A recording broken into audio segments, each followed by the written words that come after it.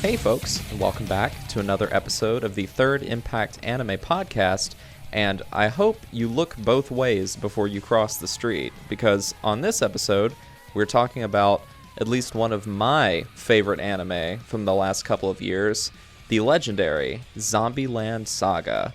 I, of course, am Zombie Number 1, your host, Austin, for this evening, and who am I joined by? Trying to see what number I get in my my role within the squad. Maybe I can get lucky and get number 0, because that's always the unique number. But it is I, Bill. The legendary, the legendary Bill Foreman. And not only do we have Bill with us, but we are joined by an amazing special guest. Special guest, please introduce yourself. Hi, I'm Zombie Number 5, Cy Catwell. I went 5 because I love you, Gary. You, Gary's awesome. She's so cool. Yep. Yeah, Well, it's hello, great to Cy. be here. It's great to be here. Yeah, thank you so much for being on the show with us and sort of accepting our invitation to come on and talk about a show that I know you really love and that we also love.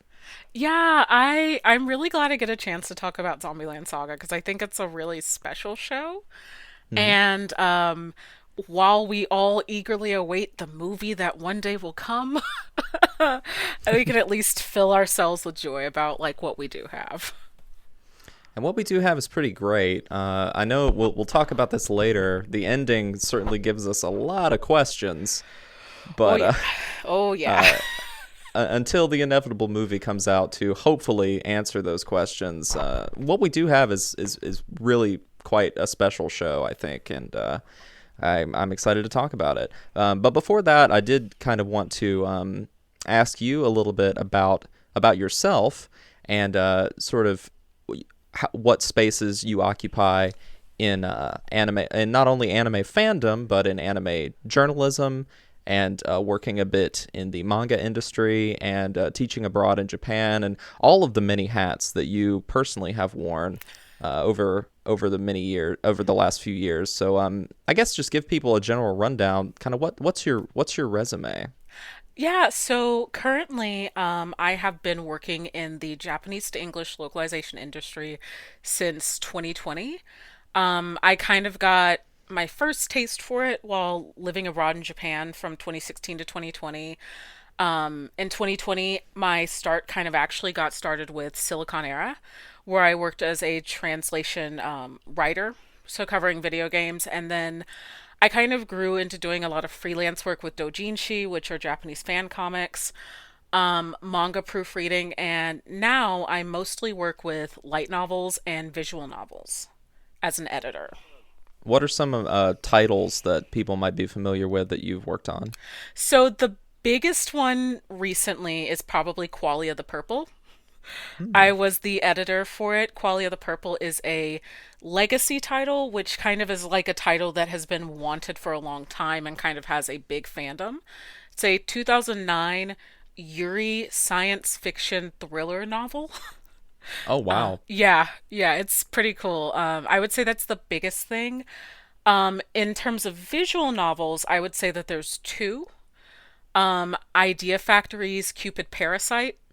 I worked on that. It's an Otome game, and I worked on Raoul Aconite and Gil Lovecraft's Roots. And then I also recently did a title for Sekai Project called Watamari. Oh God, Watamari. Very long title after the colon, part 1.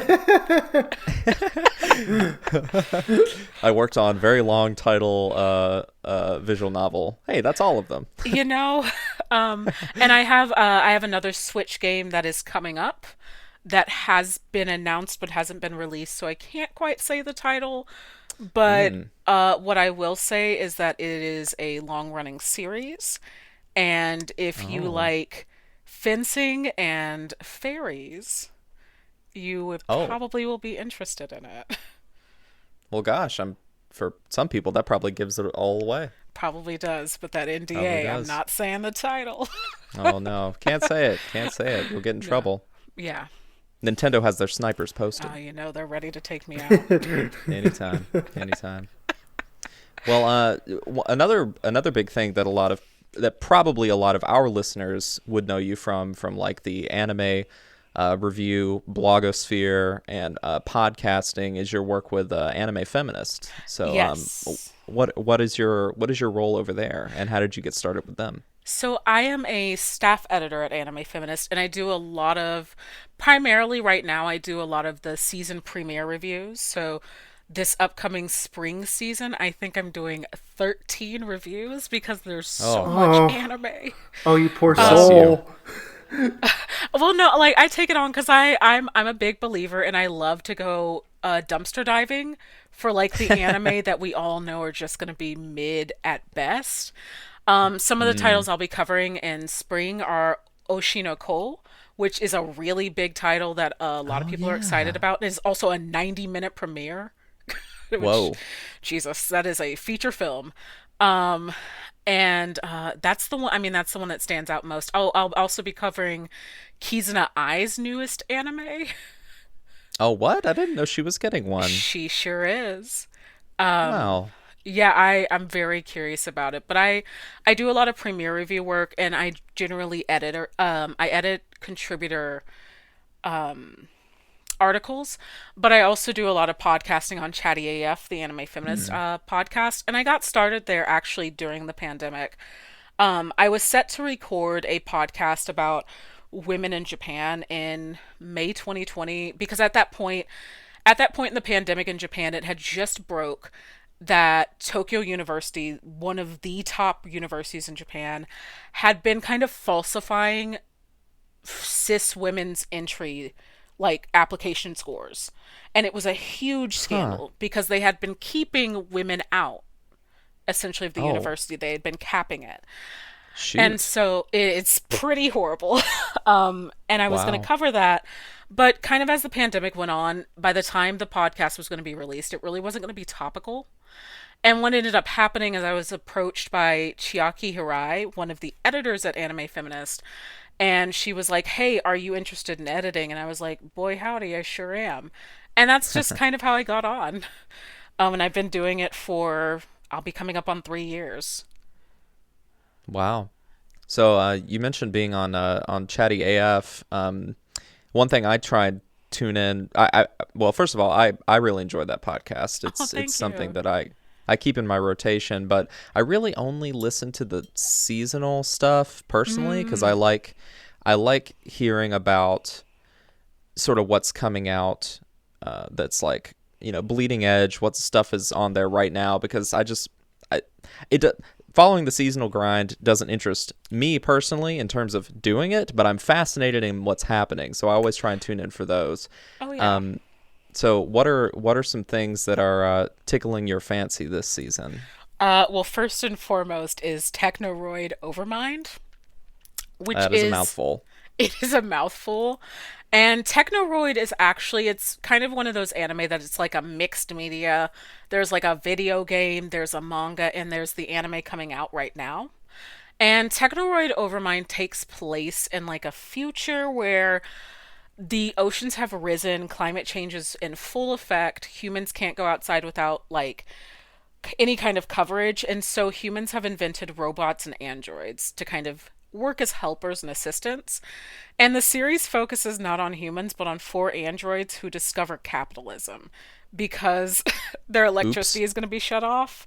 And they learn that they need to kind of compete in this idol competition in order to earn money and not die. Well, good luck to them, I guess. I'm also really into I'm going back and forth on it, but Tomo-chan is a girl is Oh, I pretty do. Yeah. funny. Okay. Good. There's a character in there named Carol who I really love. Yeah, I saw a lot of this is not something that I followed closely, but I saw a lot of buzz around don't tell me. Don't tell me her name. Don't tell me her name. What is her name? Sally Amaki. Yes. Uh being one of the few examples throughout history where the Japanese seiyuu plays the character in both English and Japanese, and I find that very novel and very worth pointing out whenever that does happen. And Yeah, from yeah. what you guys said on that podcast, it sounds like she's a riot. She's really funny because one thing that I think a lot of people often forget about Salyamaki is that Salyamaki was born in America. Hmm. Or she was either born in America or she was born in Japan and moved to America very young. So she's fully fluent in English and Japanese, and she does Mm. excellent. She does excellent. I first came to Salyamaki in 22/7, which is another idol Oh anime. yeah. I'm also really into campfire cooking in another world, Okay. which is just about a guy that gets isekai'd, and his superpower is that he can shop online at Japanese grocery stores in this fantasy world. That is his ability. And it's good because it's just a dude cooking a lot of food with his Heck yeah. giant wolf and a really cute slime. And I, it's okay, great. It's I just hate good. I hate to interrupt. I'm just curious. How does the shipping cost come into effect? Because if it's like being So teleported from like one world to the other, the shipping of that has to be super high. so they actually talk about the conversion rate. Because Oh like boy. the whole system converts this world's money into like yen, but because it's magic, it just pops in a cardboard box. Like Amazing. it's great. It's great. And he turns the cardboard boxes into part of his bed. So it's really an anime about upcycling. Reduce, reuse, I guess, but I guess it puzzles me. Why wouldn't he just order bed parts? Well, he Or can. is it like extremely narrowly focused on only like cooking and cooking accessories? It's only cooking and cooking accessories. His ability is called online grocery. Ah, I Yeah. see. So like he didn't get online IKEA. It's a real Yeah. rough state to be. Well, I guess unfortunately his primary retailer is not Target or Walmart, where he could in fact get a bed at the grocery store. Or Yeah. maybe his rival has the power of Yahoo auctions. That would be. Oh my Ooh, god, I would love that. man, you Ima- just wrote the next season, Bill. imagine the product placement and the sponsorship Yahoo auctions could do, because they could go bananas. It'd be amazing. Oh yeah, and that's part of what's funny about this anime is they have like the products are just real Japanese products. Like Oh, that's great. they're not censored. It's just like the brand name. It's very funny. It's very tongue in cheek. Code Geass Pizza Hut. Yeah. Like it's just Suntory water or Boss coffee. It's Nice. it's wild. Nice. That's awesome. Well, initially we wanted to do this episode during February as to sort of commemorate Black History Month, but didn't work out for a variety of reasons. But that's okay. And I mentioned that because one specific thing I really wanted to ask you about was that you being a black person living and working in Japan as an English teacher, I'm very curious as how that went for you. Like, how did your experience differ from some of your peers because of that? Yeah, so like I said, I lived in Japan from 2016 to 2020. And I lived in Fukushima Prefecture, which is the third largest prefecture. It's kind of at the bottom of northern Japan. And unfortunately, a lot of people know it specifically because of the 3/11 earthquakes that happened in Yeah. 2011. Hmm. I Which is which recall. is which is tragic because Fukushima is a really lovely place. It's one of the prettiest places in Japan to me. Hmm. I lived in the capital, Fukushima City, and I taught at my peak about 10 or 11 different schools, including schools for students that were disabled, a school for students Wow. with low vision, and a school for students who were hard of hearing and or deaf. And So so was that like, did you that because that sounds like a lot of schools. well, Uh, it is a lot because I was not allowed to have a car as part of my contract, so it was trains and my bicycle got me around. oh, Trains, bicycle, wow. bus. Hmm. Um, So but the good, these were these schools close enough by to bike to, or you mean like biking into the train and then out of the train? So a lot of times biking to the bus stop near my apartment or biking to the train because one of my schools was located on a mountain. So it was a little bit harder to get to by bike. That was the agricultural school. It was located like out in the boonies, Mm, partway on like a foothill mountain situation. They had cows. And they nice. had this very specific breed of chicken that is raised in Fukushima that is super delicious. Oh, huh. But I had schools like that. I had schools that were in the city. My main school was in the city, and I would routinely I'd take a bus in the morning so I wouldn't be sweaty because Japan Mm, gets very hot in summer. Gets very hot and humid. yeah, And then it does. I'd walk past like the game arcade and, like Hmm. on the way back from work. But, for a lot of my kids, I was not just the first foreigner. I was the first black foreigner. And Wow. that is different because Japanese kids see black people on TV. If you're in Tokyo, you might see African people. There's a huge Nigerian population in Tokyo, Hmm. but it's different to meet a black person Hmm. than it is to just see them on TV. And so Sure. Yeah. when I first went over, I had braids, which that's a very common sight in America. But I Hmm. remember my kids were like, "Do they grow out of your head like that?" Oh my gosh. Wow. And that's a perfectly logical question if you've never seen that Sure. hairstyle. Yeah. Yeah. And so part of my experience was not just sharing English, helping them understand American English, but it was also helping them understand, me as a black person Hmm. and kind of exposing them to that. And that it had there were ups and downs. I mean, a lot of the presentation of Japan is as a homogenous culture, and it's just not. It's just not. Mm. Like Japan is majority Japanese nationals, but like I was certainly not the only black person in my area. Okay. I was definitely not the only black person in the prefecture, and I was definitely not the only non-white person in the area. A lot of the teachers I worked with were Southeast Asian. They were Polynesian. Hmm. And so, I think it was good for the kids to have that diversity. But as a black person, yeah, it was definitely a learning experience on both sides.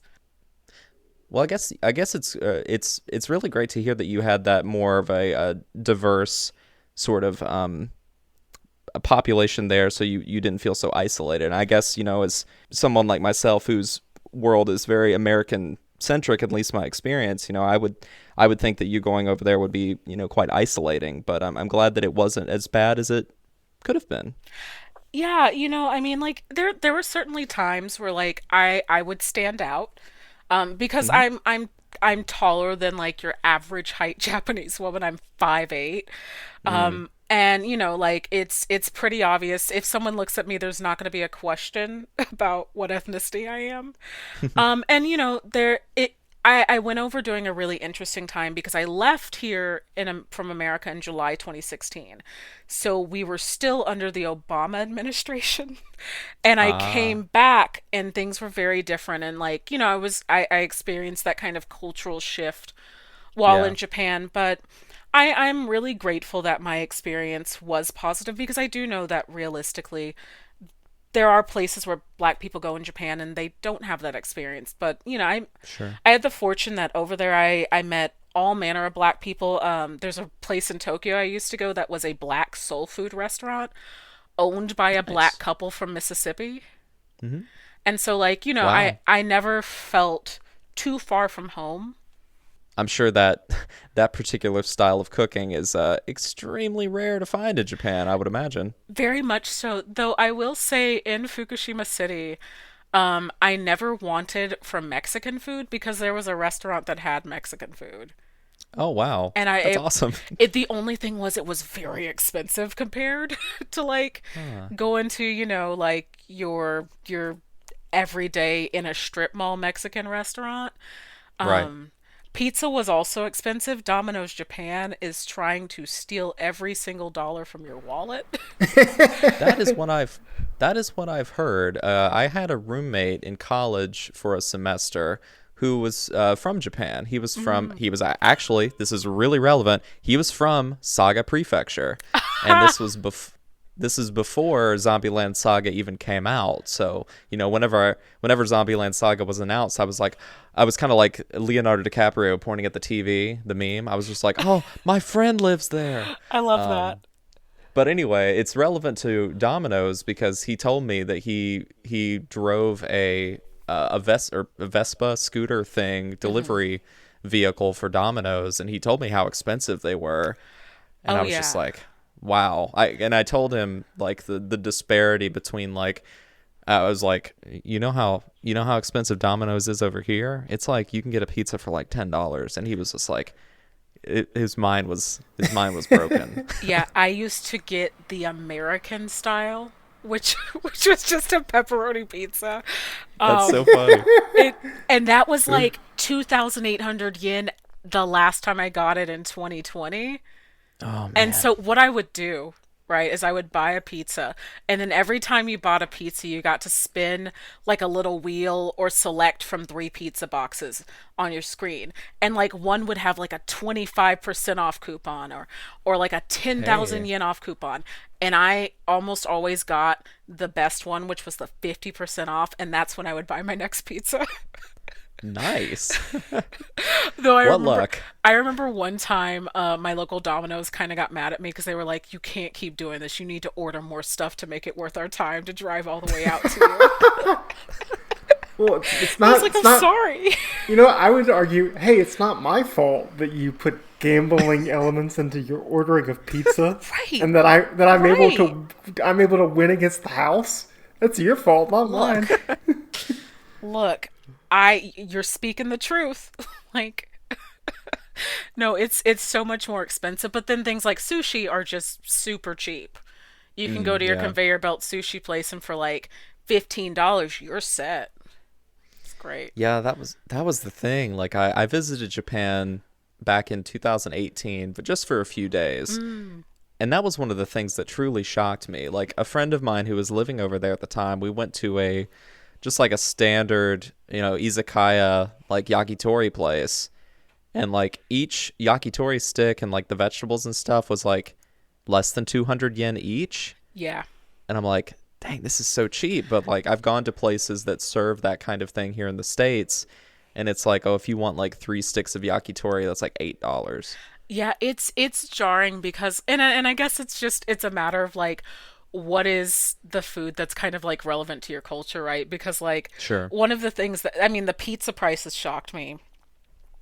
But like I think the other thing that always got me was like pasta dishes and how popular Italian food was in Japan. Because, like, for every work Really? party, we would go and we would have something like Italian food. And I'd be like, yo, can we mix it up with some sushi? And, it's just one of those things of like, for me, that was like a special treat. But, Right. and I mean, like, after a year in Japan, that wore off because I lived near a conveyor belt sushi place. So I would just go, like, Mm, every 2 weeks, I'd go and I'd get my fill. mm-hmm. Yeah, no, that it's jarring how much something like yakitori, a really cheap bar food, cost here. Totally.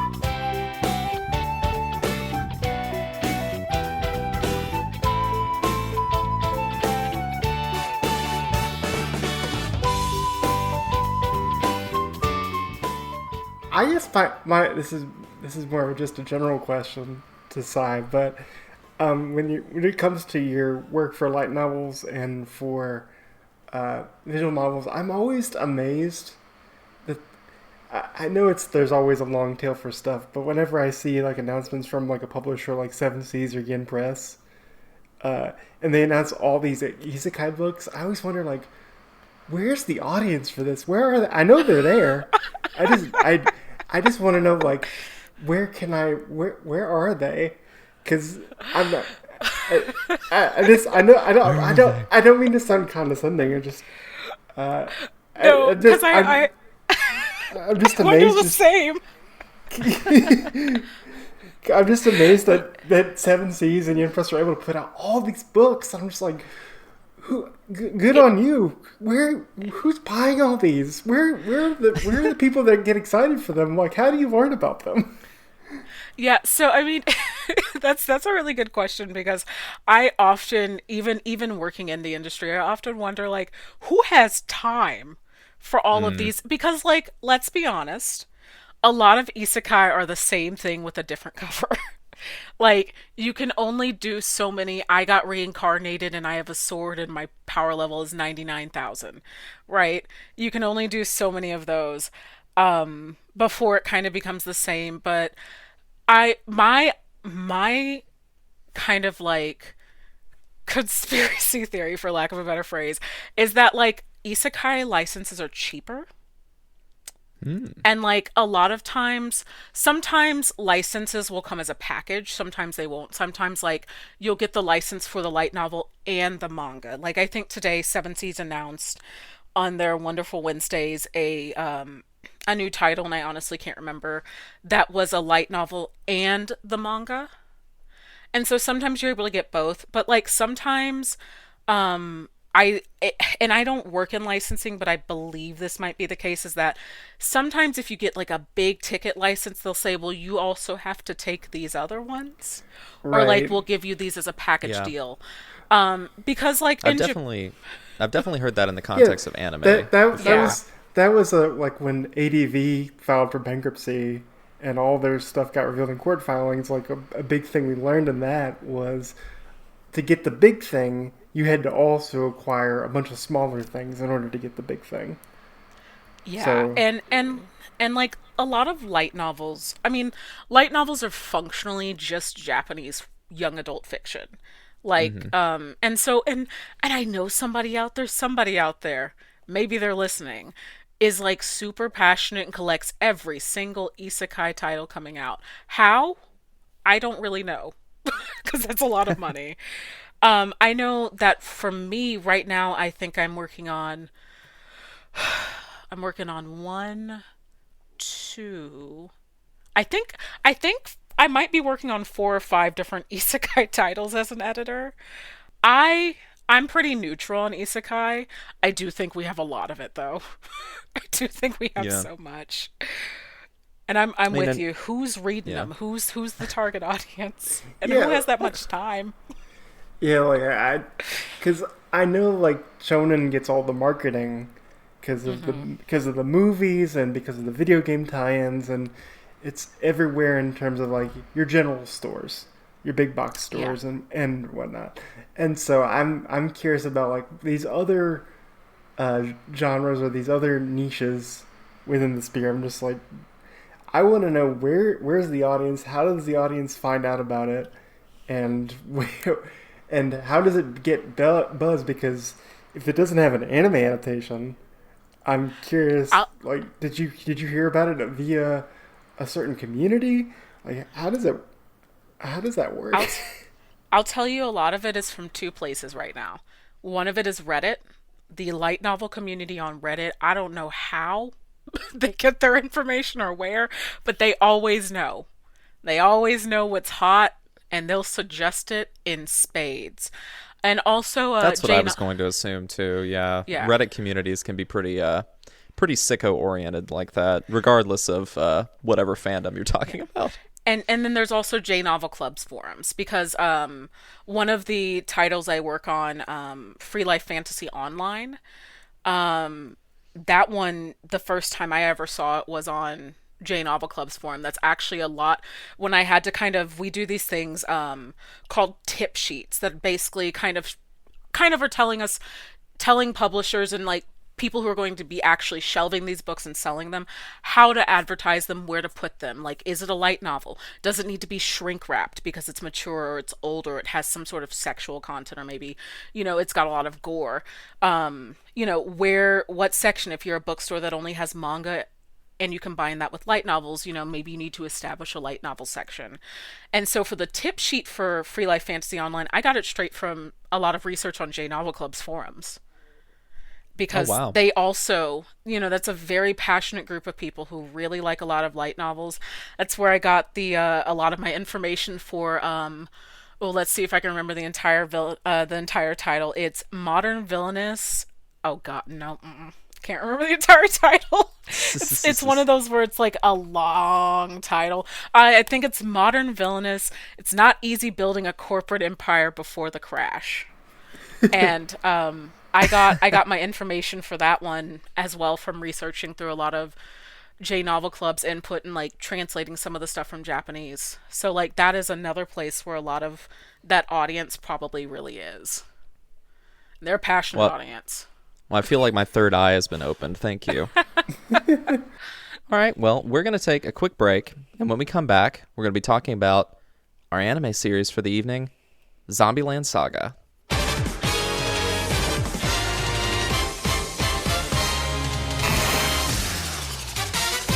死んでも夢を叶えたいいいえ死んでも夢は叶えられるそれは絶望それとも希望過酷な運命乗り越えて脈がなくても突き進むそれが私たちのサガだから誰が弔う父は彼方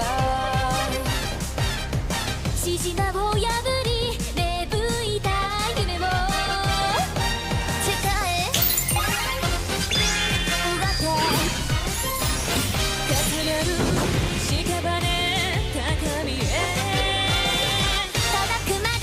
生まれ花々打ち果てても進め奪わせはしない尊厳のグローリー日がまたき放て枯れても走る音を命と呼べ空に叫ぶな生存の定義骨を切らせて闇を立て雲間に光る三発の正気覚悟を定めに突きつけて天下に狂い咲くサガサガ So, Zombieland Saga is an original anime property developed by Cygames, Studio Mappa, and the music and entertainment label Avex Pictures. Cygames is a mobile game development company behind properties such as Uma Musume, Princess Connect, and Grand Blue Fantasy. Do either of you guys have any familiarity or affection for these franchises at all? I used to go to Uma Musume because I think the concept is wild. You used to go to Uma I used to Musume? be a part of that that fandom. I thought you were about to call it that family. No, that fandom for sure. I used to really enjoy it. I think it just fell off because there's so much anime and so many media franchises. Yeah, there's a lot, but I do know, in particular, Uma Musume seems to have a pretty devoted and loyal fan base. Yeah, yeah, for sure. I know Cry Games primarily because they are also the developers of the Idol Master mobile games, such as Million Live Theater Days, and the Shiny Colors one, and Cinderella Girls one, and probably one I don't even know about. And they're usually like a grand sponsor for all the Idol Master concerts. So the mobile games that you have to take out a mortgage to afford. Yes, but I have to get this shiny 2D picture of my favorite idol. Sure, it cost me like $800, but it was totally worth it. So on the other side of the Zombieland Saga family is, of course, Studio Mappa, and they are probably one of the most prolific studios working in the anime business today, having produced anime like the recent Chainsaw Man adaptation, Dora Hidoro, which desperately needs a season 2. Please give it to me. They've worked on the most recent seasons of Attack on Titan, Vinland Saga, and Jujutsu Kaisen. And the final group, Avex Pictures, has been involved in the production of a number of series, including 2022's Ya Boy Kongming, one of my favorite shows from that year, and For Bill as well.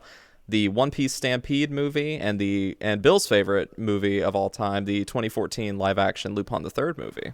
Ugh. Ugh. No, we don't speak about that movie. It's not good.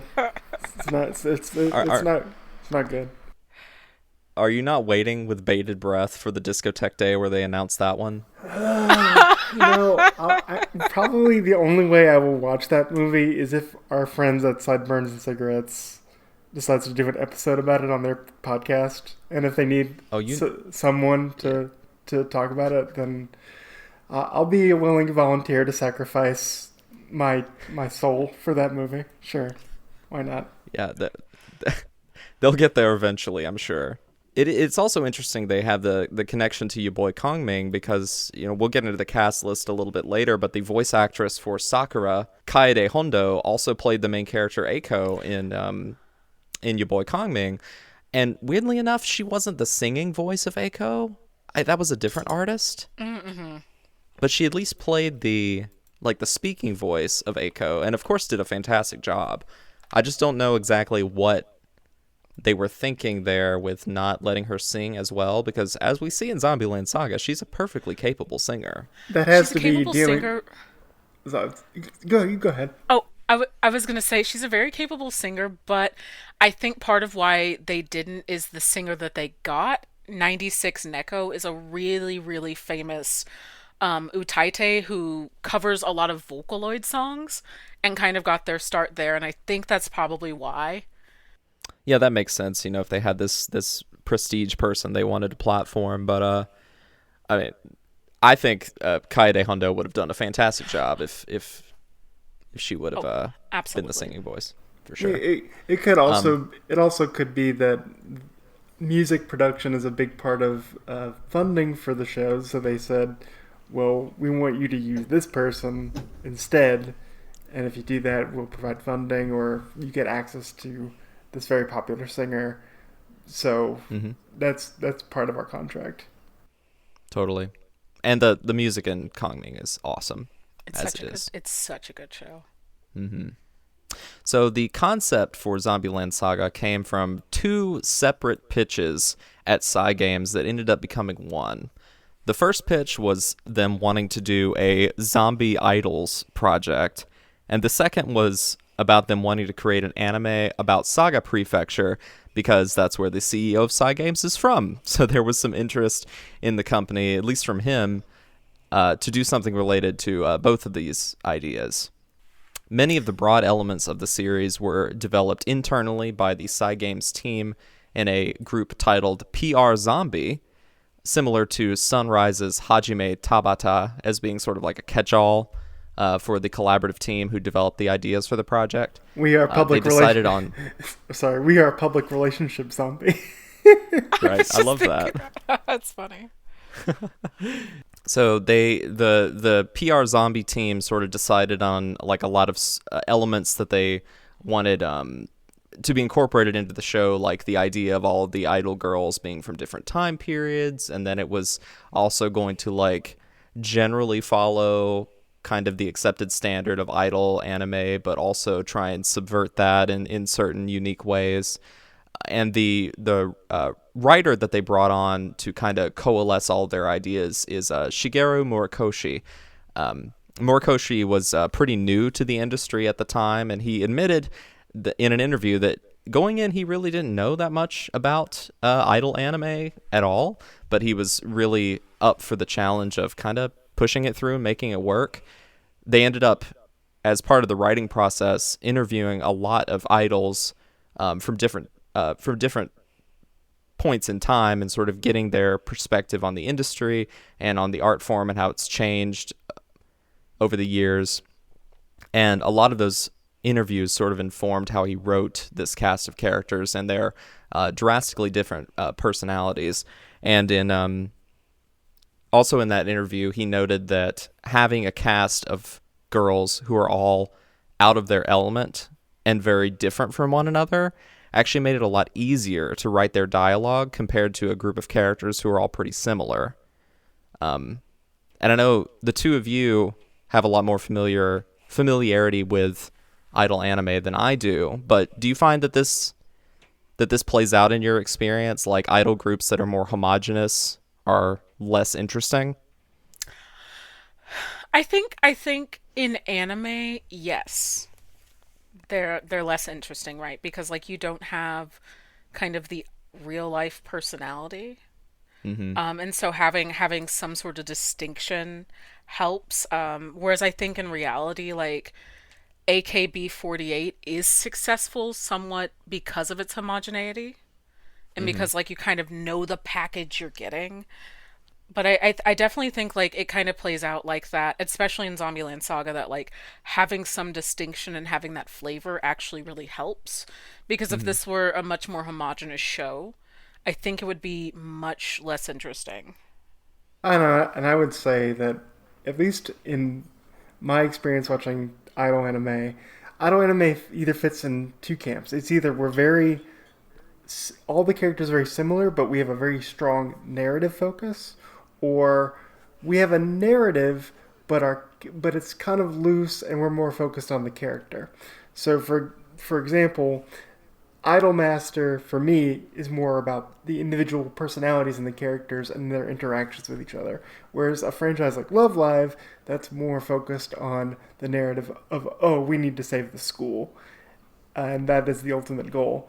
And for me, I prefer uh, the first because each of the individual characters are more memorable. They stick out into your head. I think you get more interesting and funny interactions. Also, you don't get weird, creepy, dull character design. No offense. Yes, With no, wholeheartedly agree. That's the thing too that really does come across in Zombieland Saga in a significant way, is that each one of the girls are designed so differently from one another, to the point where I think like they've really created a cast of idols that are, from a design perspective, like kind of unlike any other idol team, because everybody looks so distinct from one another, but they somehow make it work because like it's not a individuality in the designs that make it jarring, because they all still kind of look like they could occupy the same space, but they're also uniquely designed that kind of instantly become iconic.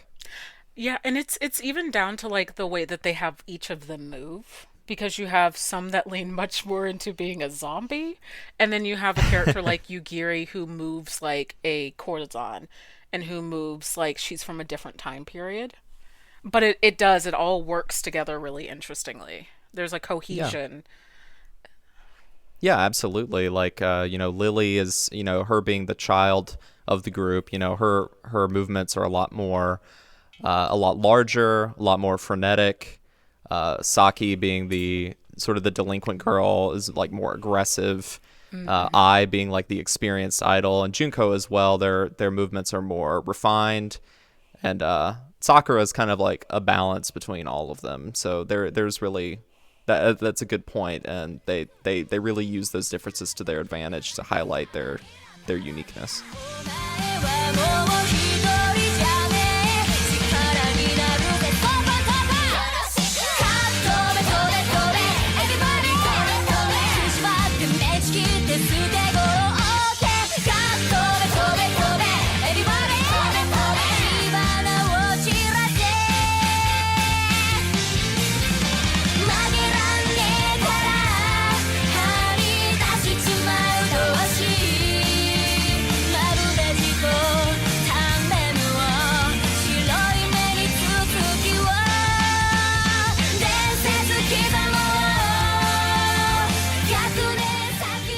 'So throughout the process of writing this series, the production team reached out to the local government of Saga Prefecture, which, if you're not familiar, is a pretty small prefecture located on the southern island of Kyushu, Japan.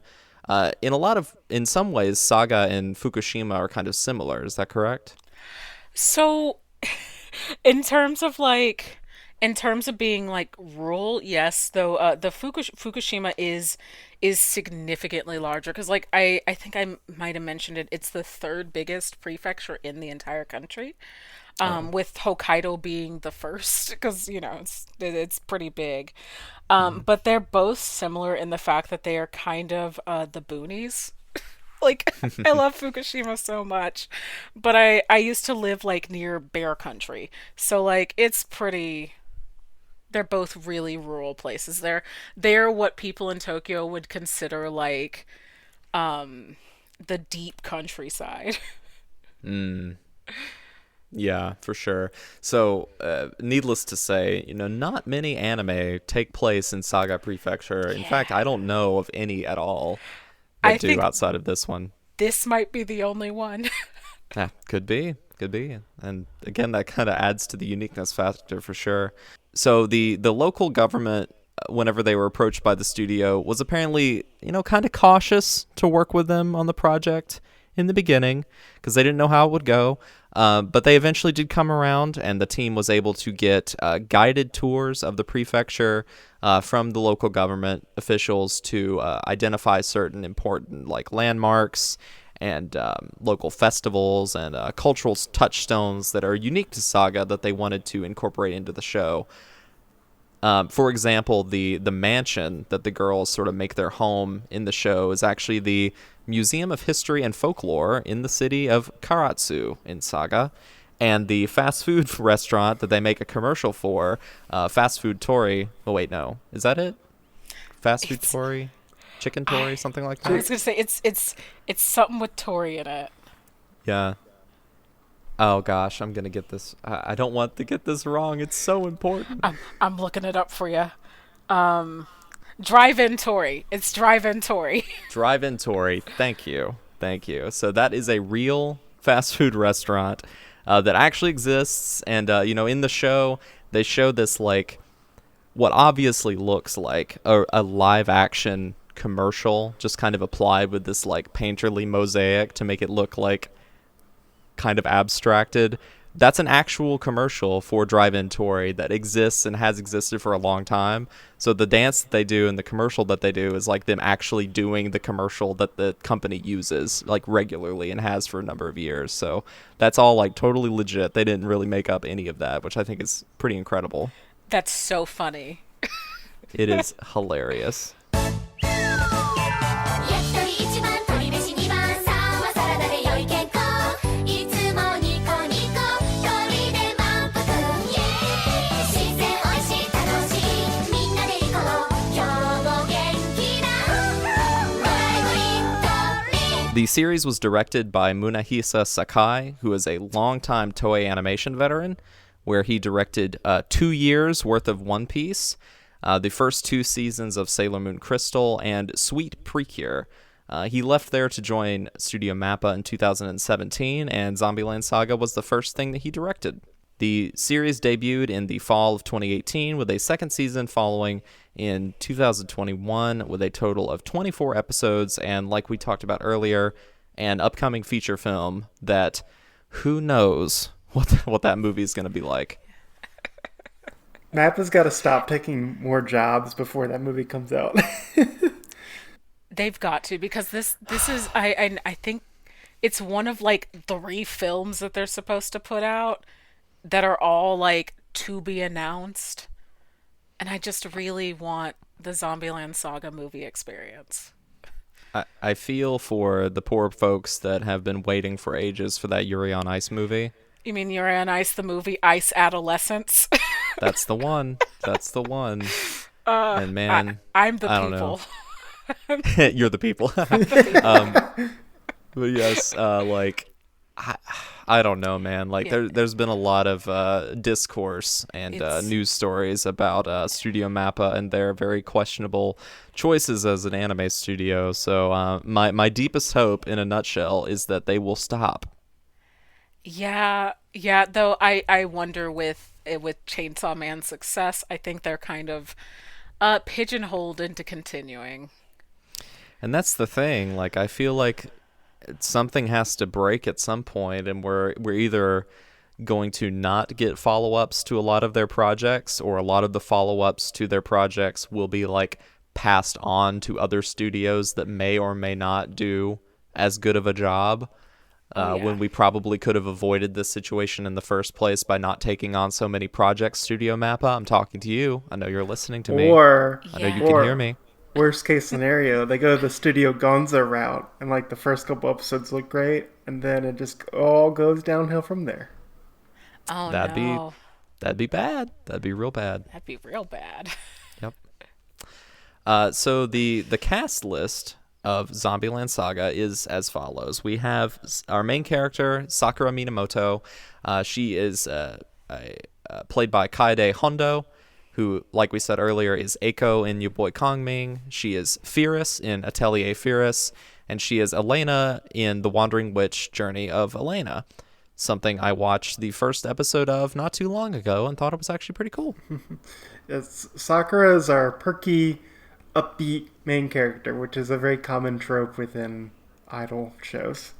So And we'll definitely talk about this, but I think one thing that's great about Sakura, and she might be my favorite character of the whole group, is that, like, yes, she's the perky and upbeat one, but she's also very much wears her anxieties on her sleeve and is not shy about that, but she still projects this strength of, like, oh, I know I'm concerned about XYZ, or oh, I have these personal hang-ups going on within myself, but I'm going to, try and keep this group together and keep focused on the goal, and like kind of learn as I go along. And then zombie number 2, the leader of their group, the appointed leader of their group, is Saki Nikaido. She is like a 90s delinquent biker girl played by Asami Tano, who is Cure Sunny in Smile Precure. She is Mitsuri Kirijo in Persona 3, and Sarah Kazuno in Love Live Sunshine. So she has a history being an idol anime herself. The whiplash between Mitsuru and Cure Sunny. That's so funny. That's so funny. Quite the range, I suppose. Then we have Ai Mizuno. She's our sort of 2000s era idol, and she's the former member of the idol group Iron Frill, so she has a lot of like experience in this industry, having done it before in a previous life. She is played by Risa Taneda, who is Kaori Miyazono in Your Lie in April. She is Mirai Kuriyama in Beyond the Boundary, and a whopping 8 characters in Kantai Collection, which Wow. I've come to understand is actually not that many. I was gonna say that's a lot of boats, but like, wait, are they the boat girls or the weapon girls? I think Contact Collection is the boat girls. These are the boat girls. That is correct. the girls Yeah, that are that's- actual. These are the girls that are actual boats. Yeah. So they're like anthropomorphic, cute anime girl versions of boats. Yes. Now I remember. There's something for everybody in this world. You like True. boats? You got a cute boat girl. Yep. Junko Kano is our 1980s era idol, played by Maki Kawase, who is Yuna in Kuma Kuma Kuma Bear, and a number of bit characters in Kageki Shoujo and Vinland Saga. She's also Tsukasa Kiryu in Idolmaster Cinderella Girls. So Another idol connection. Yugiri is our 1800s era courtesan, and she is played by Rika Kunigawa, who is Narita Bryan in Uma Musume, so another returning champion from that franchise, and some other bit characters in a couple of other projects. She doesn't really have a super huge resume. So the former child star, Lily Hoshikawa, she is played by Minami Tanaka, who is Yumechi in Akiba Maid War. She is Mary Saotome in Kakegururi. She is Minami Katayama in Wake Up Girls, so another idol. And, of course, most legendarily, she is Thomas the Tank Engine in Thomas and Friends, All Engines Go.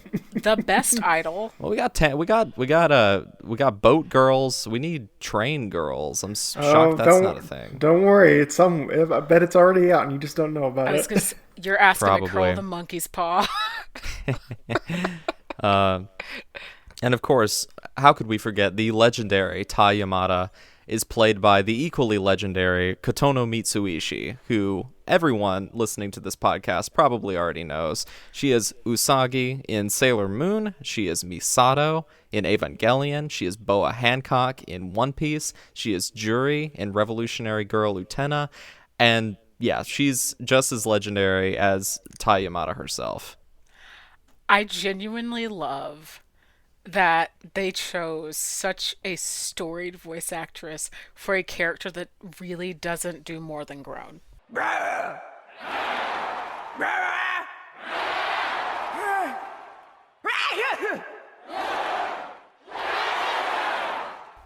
Right? It's Apparently, so funny.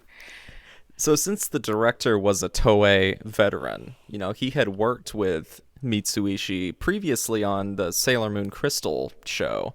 So I think the reason why the team thought to ask her is because, she already had this rapport with this director, and naturally they were not confident that she would be interested in a role like this, because it on its face value, kind of like you alluded to, it seems a little beneath her with her caliber. But she was apparently super down to do it because it was just something different she had never done before. So I think that's really awesome. funny. I love that. I love that, and I really respect that. Yeah, totally. And our main dude character, our producer, Kotaro Tatsumi, is played by Mamoru Miyano, who is, of course, Okabe Rintaro in Steins Gate. He is Light Yagami in Death Note, Rin in Free, Riku in Kingdom Hearts, Ryuji in Persona 5, Reinhardt in the new Legend of the Galactic Heroes, and he will be Mario in the Japanese dub of the new Nintendo and Illumination Super Mario Bros. Movie. Eat your heart out, Chris Pratt. I want to watch the Japanese dub. I love that. It's so good. I cannot wait for that. I'm so excited. That's going to be hype. And it's perfect casting because, like, the role, he just goes full ham, which he's no stranger to doing that, especially with, like, Yagami and Death Note, who would do these grand, over-the-top monologues. So, perfect fit. Yeah, every time he says good morning to the girls is chef's kiss. It's just so funny. It is. I need to rig up an alarm clock that will do that for me. Oh, you'll definitely wake up. And another nod to a Sailor Moon, Romero the dog is voiced by Yasuhiro Takato, who is the original voice of Artemis in Sailor Moon.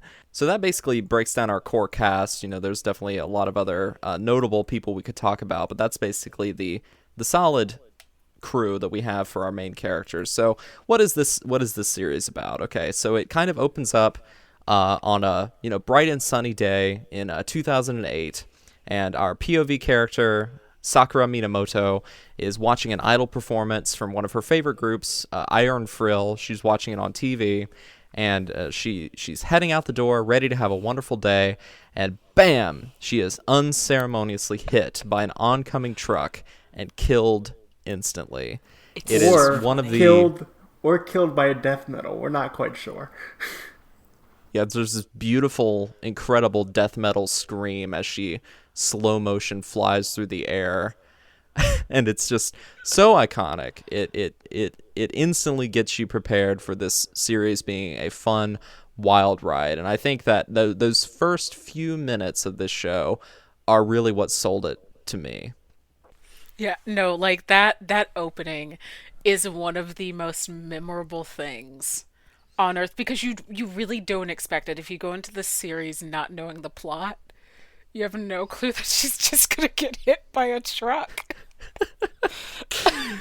Yeah, it's like you can kind of assume that something bad is going to happen to her to turn her into a zombie, right? Because you are watching Zombie Land Saga after all, so the title does prepare you a little bit to think, oh, something bad is going to happen to this girl, but you cannot be prepared for exactly how they do it, and how they do it is masterful.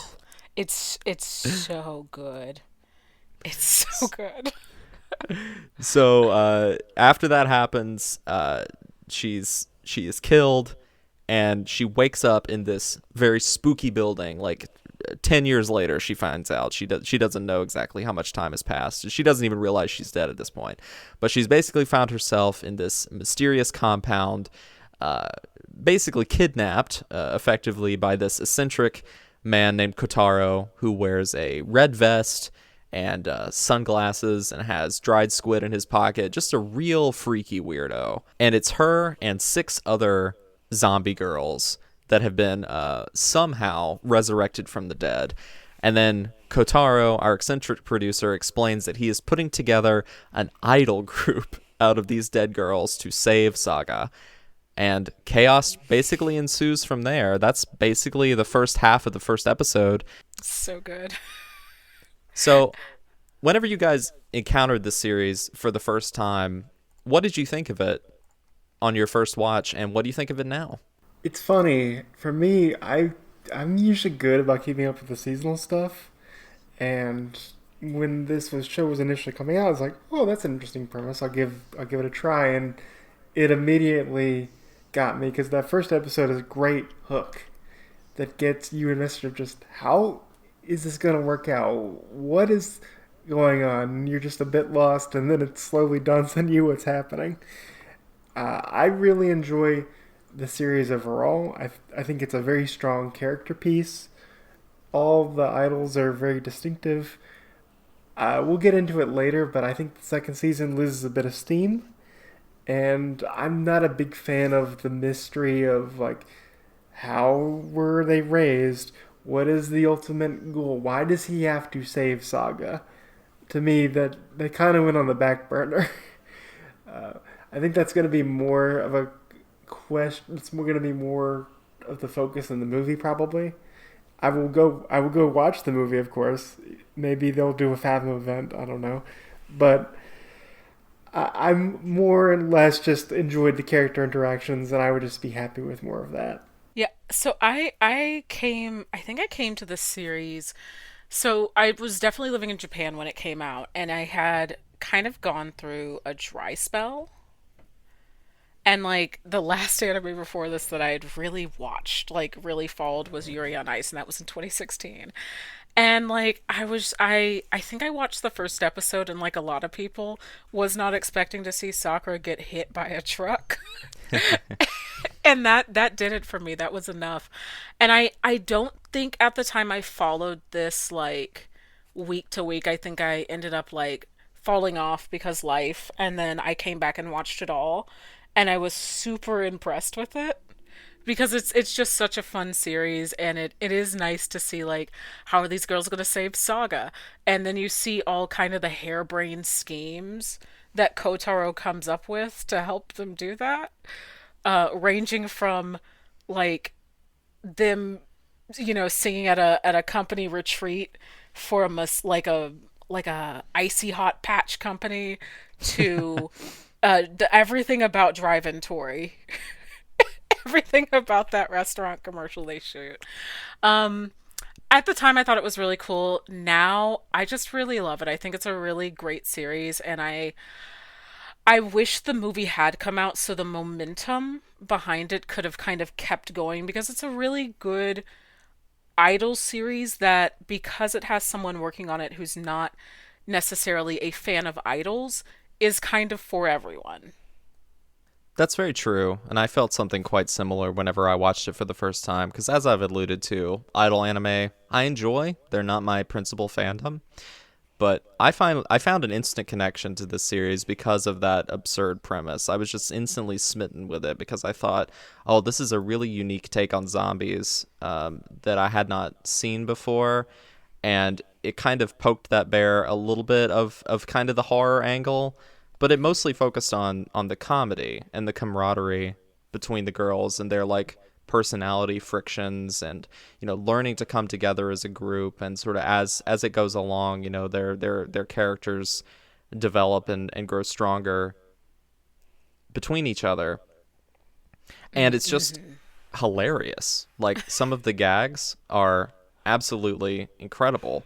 Like, in the first episode, basically the premise is that like Sakura is the only one who has woken up from her zombified state, and all of the girls, like Kotaro is like, well, we got to get these girls to wake up somehow to like regain their consciousness. So they put on like a heavy metal like deathcore show or something like that. Yeah. Yeah. Which introduces us to two prominent side characters that show up throughout the the the the the run of the series pretty consistently in the background. They're like the Rosencrantz and Guildenstern of Fran Shushu, basically. Which I want to interject. In the dub, they're British. Yeah, They're I don't know what's up with inexplicably that. British, which is really funny. It's quite funny. But yeah, and then that shocked me because the I find that the humor and the tonal dissonance between idols and heavy metal death screaming. I mean, we see that in something like baby metal, and I think that's the gift that keeps on giving. Oh yeah. So the fact that they started off the show with that, and then in episode 2, they keep it going even further. That's how I knew that this show was going to be a masterpiece, because of the rap battle. Oh, that Which rap I- battle is so good. Which that blew up the show on the internet.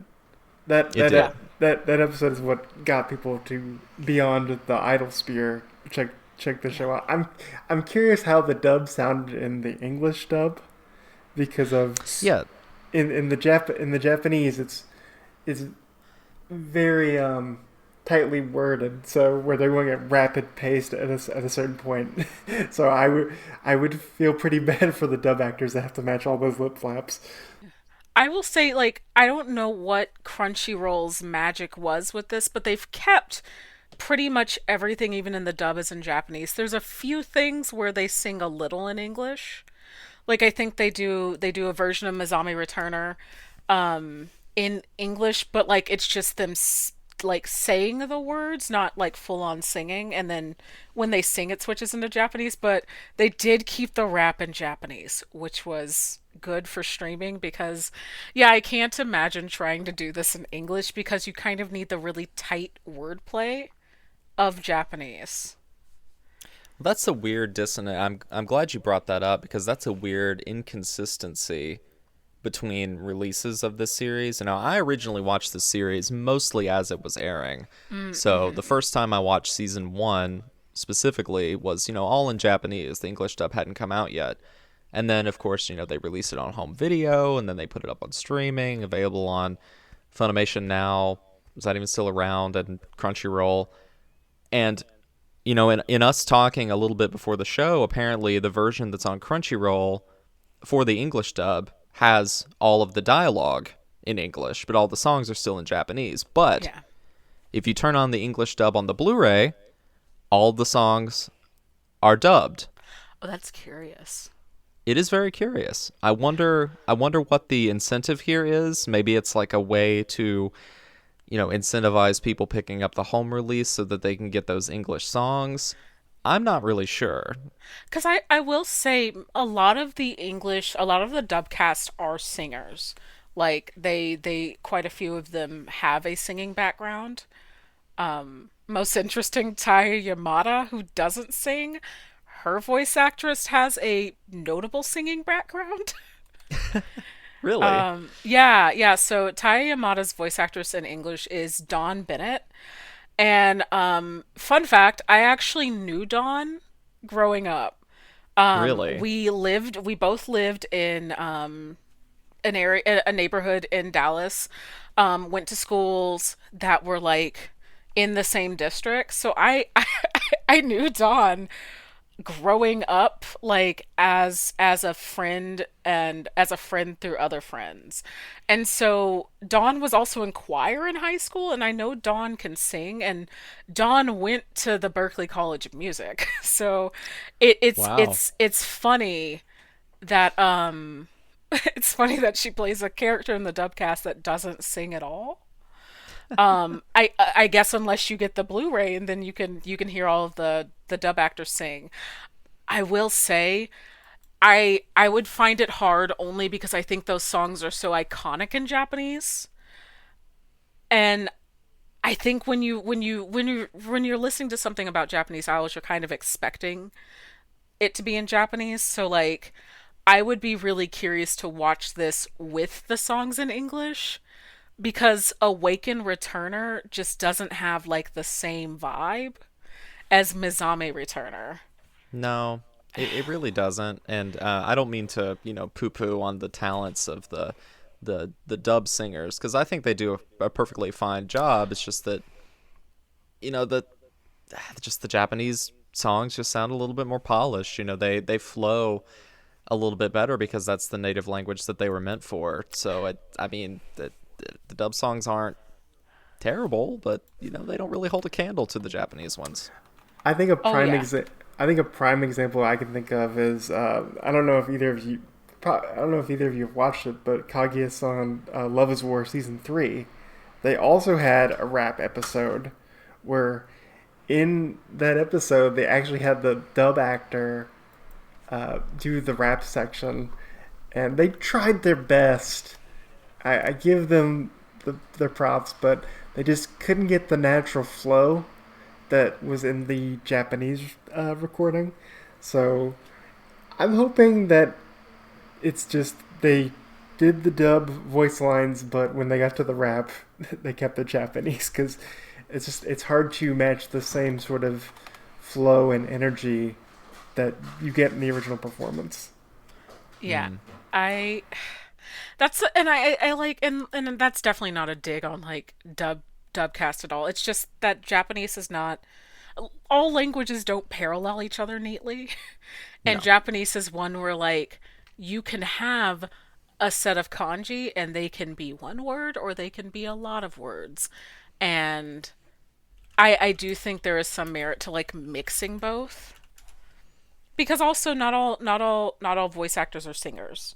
And I think we've certainly, if you're someone like me who tends to watch a lot of dubs, there's certainly been some dubs where you're like, ooh, okay, someone was not a trained singer, but they were put in a role where Right. they had to. ってなるかバカハンドル握って死んだ私がゾンビのアイドルだアホかお前みたいに言いなりがいいなら私はあのまま寝てた方がマシだよっよっよ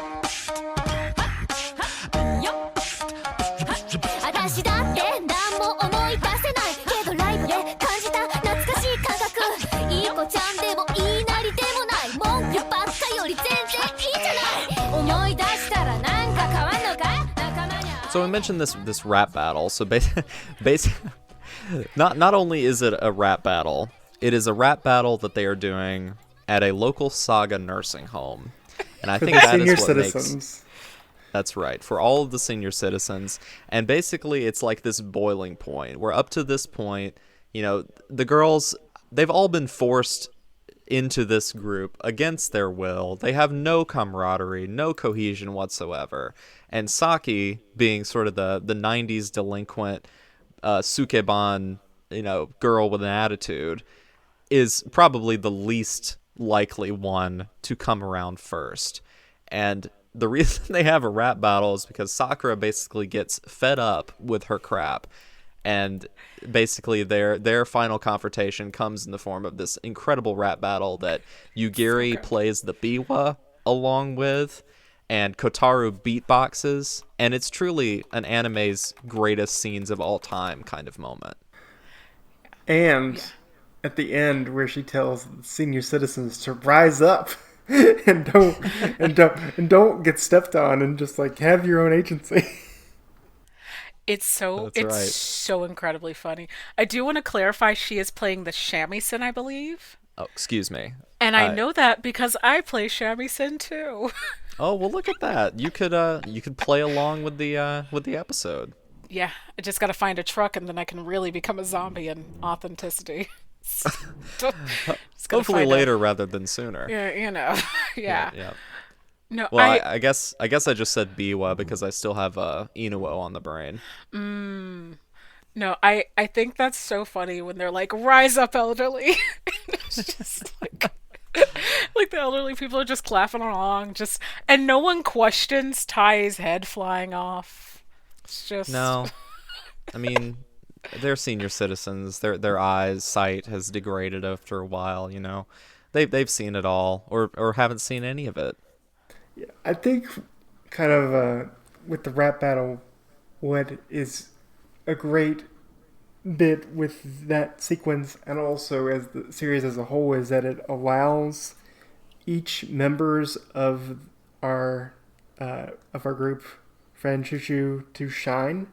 Where most of them get a spotlight, and that's how it is for most episodes. Where usually one member gets the spotlight of said episode. Like Right. two episodes I remember for the series as a whole are all the Tai Chan episodes. Those are Hmm. really entertaining because she's still in zombie mode, and so you don't know how she's going to interact with people or how people are going to treat her.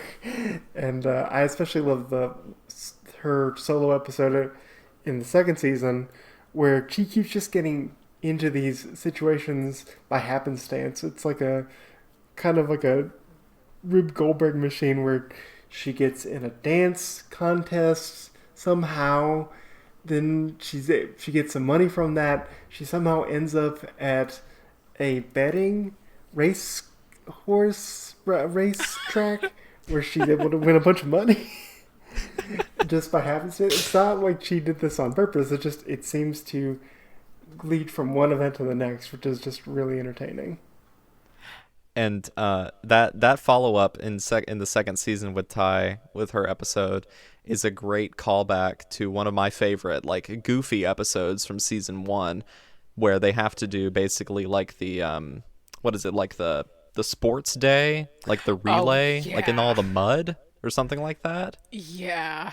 And like the mascot of Drive Through Tori is like this man dressed as a chicken, but it's like it's conveyed so ambiguously, like you don't really know if this is a man dressed as a chicken or just like an inexplicable anthropomorphic chicken walking around, and that's kind of part of the joke.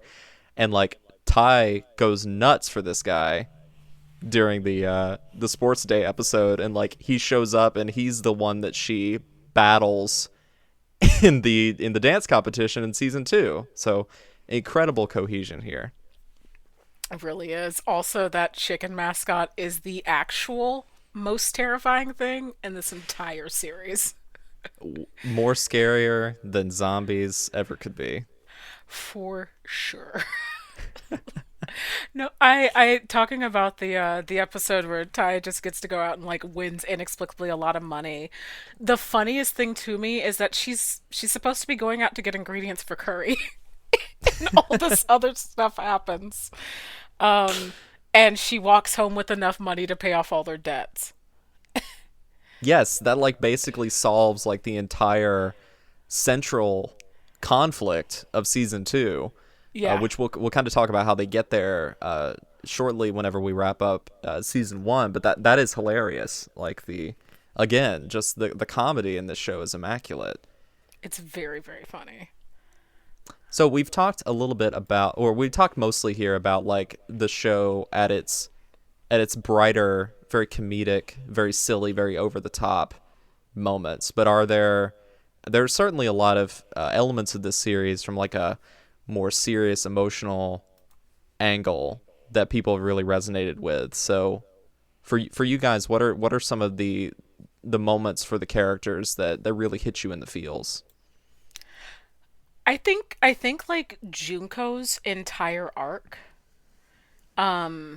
is one that like they did really well and is quite a dark arc at times because Junko being an idol in the 1980s is really interesting because that's what's kind of known as the golden age of idols. That's really when idol culture as we now know it kind of started. Because idols are a product of Japan's bubble economy, right? Like they Mm-hmm. kind of come out of this time of like, everyone's got money, everyone's spending money, it's really opulent. And it's just there's something so sad about like her, you know, being resurrected like 30 something years later and just being so out of time. And I think it's kind of the same a bit with Ai's arc because Ai is a 2000s idol and like her group is still around. Like Yeah. Iron Frill is still around and like later on, I know in season 2, like there's an encounter where she kind of has to face that. And both of their arcs really resonated with me because they're both two girls who have been in the beginnings of the industry, and that industry has so brutally left them behind. Like, they're Right. remembered, but like, when they come back, they don't get to step back into it as themselves. They just kind of have to masquerade as, oh, we're two girls who happen to look like these two famous people. And like, there's something really sad about that. But the way that the show ultimately resolves it and kind of like helps them to cope with that, I think is really beautiful. Yeah, because basically, the way that they come to terms with a lot of these anxieties of feeling displaced is by finding that new family within the girls of Fran Shushu. Like, realizing that things are different and they're never going to be the same for them. It's never going to be back to what it was whenever they were alive. But they come to sort of realize that their found family is kind of exactly what they needed at this point. Exactly, because they're in a weird way, they're more out of time than someone like Yugiri, who literally is from the 19th century. Right. Right. And who you would expect to be like more out of time, but Yugiri is actually quite comfortable. Like, Certainly seems that she way. adjusts pretty well. Like, better than I would. Does. She's also older. Her life experiences are very different, and she's not given the same kind of, like, I think kind of what you're touching on is like the idea of like Junko and I sort of feel this very different kind of loss because they can see the remnants of how things used to be, Exactly. but it isn't the way things used to be. Whereas Yugiri, it's like a clean slate. It's like, oh, things are so different. She might as well be on Mars. Right. Right. Because, like, Yugiri's role as an Oiron, like, I mean, being an idol has nothing to do with that. So, like, there is that No. kind of, like, yeah, it is what it is. But, yeah, Junko and I, it hits closer to home. And I appreciate the respect that the show takes with that. Because, like, yeah, if you got brought back to life and you had died, even as a 2000s idol, like, yeah, the industry has changed a lot, but in some ways, the foundation is still quite the same. And like, that would suck. It would just suck. It'd be Yeah. so sad to wake up and like, realize that you've been passed by, all because I she dies by being struck by lightning and Junko dies from a Yes. plane crash. Like, it's, yeah, these two things that you can't control, and now you're back, but you don't get a second chance as yourself. Yeah, you have to kind of adopt a new identity. And about the lightning strike thing, we've talked about Mizame Returner before, but they use that lightning motif to create yet another incredible gag. Oh my where God. during another concert in season 1, and I believe and in season 2 as well, Yes. they perform outside and the stage gets electrocuted. It's something that would kill a normal group of idols, but we're not dealing with a normal group of idols.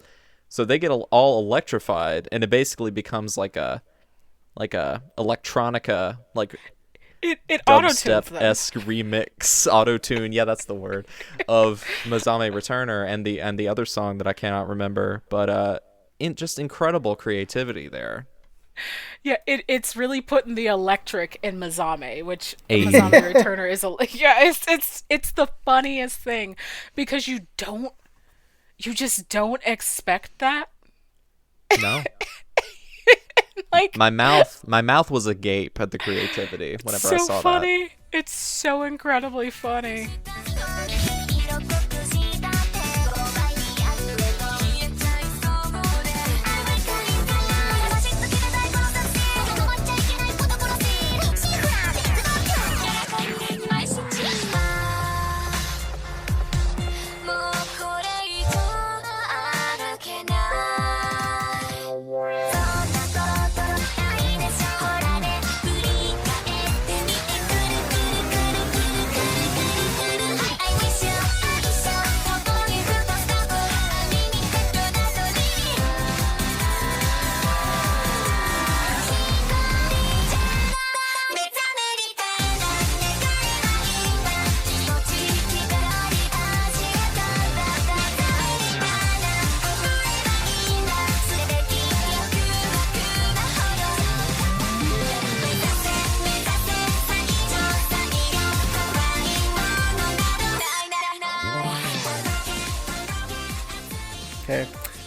I say this because I was spoiled, and my first idol anime was my friend who showed me the 2011 Idolmaster anime, which was before the transition to CG. Really, so I would say the concert sequences, which are primarily in CG 3D, look pretty okay. But I still find it pretty jarring when they do these 2D. Most of the shows like 2D sequences, and then when they go to the concert sequences, it's full 3D CG. And I understand that from a production perspective and an economic perspective of why they do that. But I guess I wish idol anime would go back to, we're either going to animate maybe one dance sequence very well in 2D, or we'll use a lot of stills. I love a good still animation shot, and unfortunately, they don't really do that anymore. So that, for me, that's one minor knock I have on the series. Is just, while I enjoy the concert sequences and they're a lot of fun, that transition from 2D to 3D CG was a bit jarring for me. As much as I sympathize with your desire to return to tradition, if you will, I think probably 2D animated idol dances are probably a thing of the past, but I think we can probably confidently say that there are examples of doing it in 3D CG that are way better than what we see on display in Zombieland Saga. And like you said, it's not so bad, but it's probably, just like anything, a reflection of time and budget. Yeah, But it's the standard now. yeah, yeah. Doesn't mean But I I've don't seen, have to like it. That's true. But like, I've seen some examples of like dances from like more recent Pretty Cure endings that are, of course, all 3D CG, but they're really, really impressive. So it's amazing what just a short amount of time can do to sort of elevate that art form specifically. So probably one of the characters that, if you haven't seen Zombieland Saga, you've probably at least heard about through like articles or parliamentary hearings, is of course Lily Hoshikawa, who got a lot of notoriety for being like a fairly positive representation of a transgender character in anime, which is not particularly common. So, Sai, I would like for you to speak about this. What did you think of Lily, and how do you feel like they handled her story? I love that she dies because gender dysphoria. Basically. I think that is the funniest thing, and the most relatable thing is that she sees that she is growing a facial hair, and her poor sweetheart stops. And like, I love Bless that her. when she comes back as a zombie, she's like, I get to be eternally cute. I think that's great.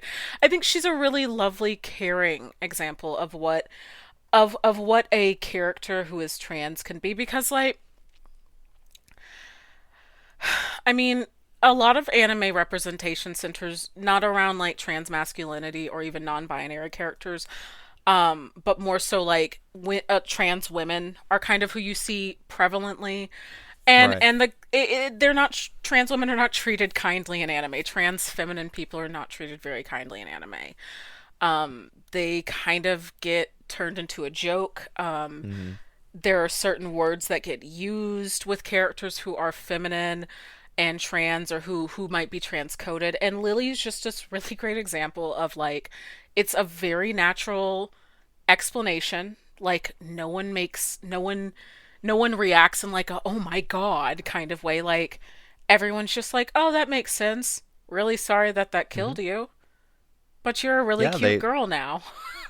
Yeah, the whole group basically, like whenever they find that out, I mean, there's this initial shock because it's different than what they thought, but they basically just accept her outright. I think Saki says something like, "Well, we're all zombies. It can't get any more odd than that," or something like that. Yeah. And it's really lovely. And then I love that she gets to sing to her father, who like, I the anime never really outright says, but I have to presume her father knew, right? Like, her father's pretty on it in the Hmm. episode that kind of like Lily gets centered on in season 1. Like her father is it's pretty obvious that like this is his daughter. And it's just really lovely that like she just gets to like get a happy ending, because a lot in the real world, like a lot of trans women right now aren't getting happy endings. The world is Right. being quite cruel. And so like I really love Lily, and I love that she got brought up in British Parliament. So good. I love that she got brought up in British Parliament. That is so funny to me. And recently by the Prime Minister of Turf Island on Twitter. Y- She it is so funny.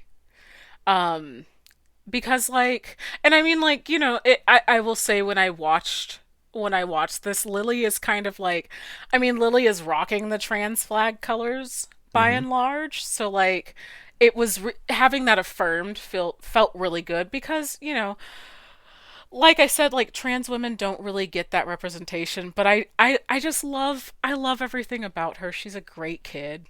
She's a Yeah. wonderful kid. And I think she's really good solid rep.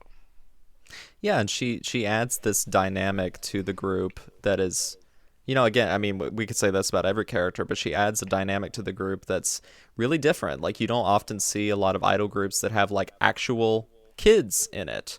I know why that Yeah. would be very problematic in sort of a real world context, but with anime, it's not quite the same. But so she's like the kid of the group, and we have the older Yugiri of the group, and they all bring such unique flavor, and it also makes the songs sound really unique as well, because we have these mature voices also singing right alongside these very childish cutesy voices, and it adds such a great texture to the whole thing.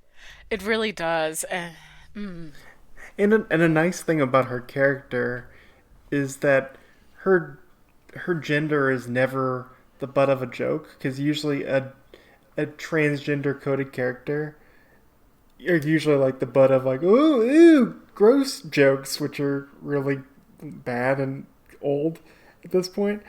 And it's nice that they just treat Lily as she wants to be treated, and that she Yeah. doesn't have any like awkward or really cringy jokes, which other anime would have done. Yeah, I like that too, because like you're right, like a lot of anime, the joke is like, "Oh, you're a girl," or there's some sort of misgendering that happens a lot of times. Hmm. And it's nice that this show never steps in that. Like it just No, fully avoids it. It's just like, nope, we're not here to do that. That's not funny. We're not going to do that. There are other funny things about Lily that are not her gender. that's right. And I think kind of like what you said about her being, her dying because of the shock that she doesn't want to sort of grow up and go through puberty and be something that she isn't, uh, is like is a joke, but it's like a joke very like honest and true to her life experiences. Yeah, It's not and I'm like it's not like making fun of her. right, because like it's a completely relatable thing, especially if you're someone who was assigned male at birth, right? Like I can't speak to that from a trans perspective, but what I imagine is like, if you have always felt like your gender is misaligned with the body that you've been assigned socially, yeah, seeing puberty happen would be a nightmare. Hmm. Like Right. that would absolutely be, I mean, that's heart attack inducing, even if your gender does align with your body, because those changes are so visible and jarring from being a kid. And so I do love that, like, it is a joke, but it's not at her expense. No. Because all of their deaths are kind of a joke. like like who dies getting hit by lightning while performing? Who dies while getting hit by a truck? The only one the only one that's like really not a joke at all is like Yugiri. She gets like beheaded by the army or something. Yeah, Yugiri's is sad. Well, Yeah, it's Yugiri's is pretty just sad. straight up sad. we got to talk about that two-parter Oh, we before we will. end, because anyway. But can I talk about one of my favorite aspects of the Lily episodes? Sure. is that Lily got to go toe to toe with the voice of Conan and Kiki. Let's go. It was amazing. I was so happy. That episode was so good. Yes. That was So- a great episode. So, Sai, I don't know your knowledge of Detective Conan. I'm a huge Detective Conan fan, and so when I saw that the voice of Detective Conan, let's see if I can get this right, Austin.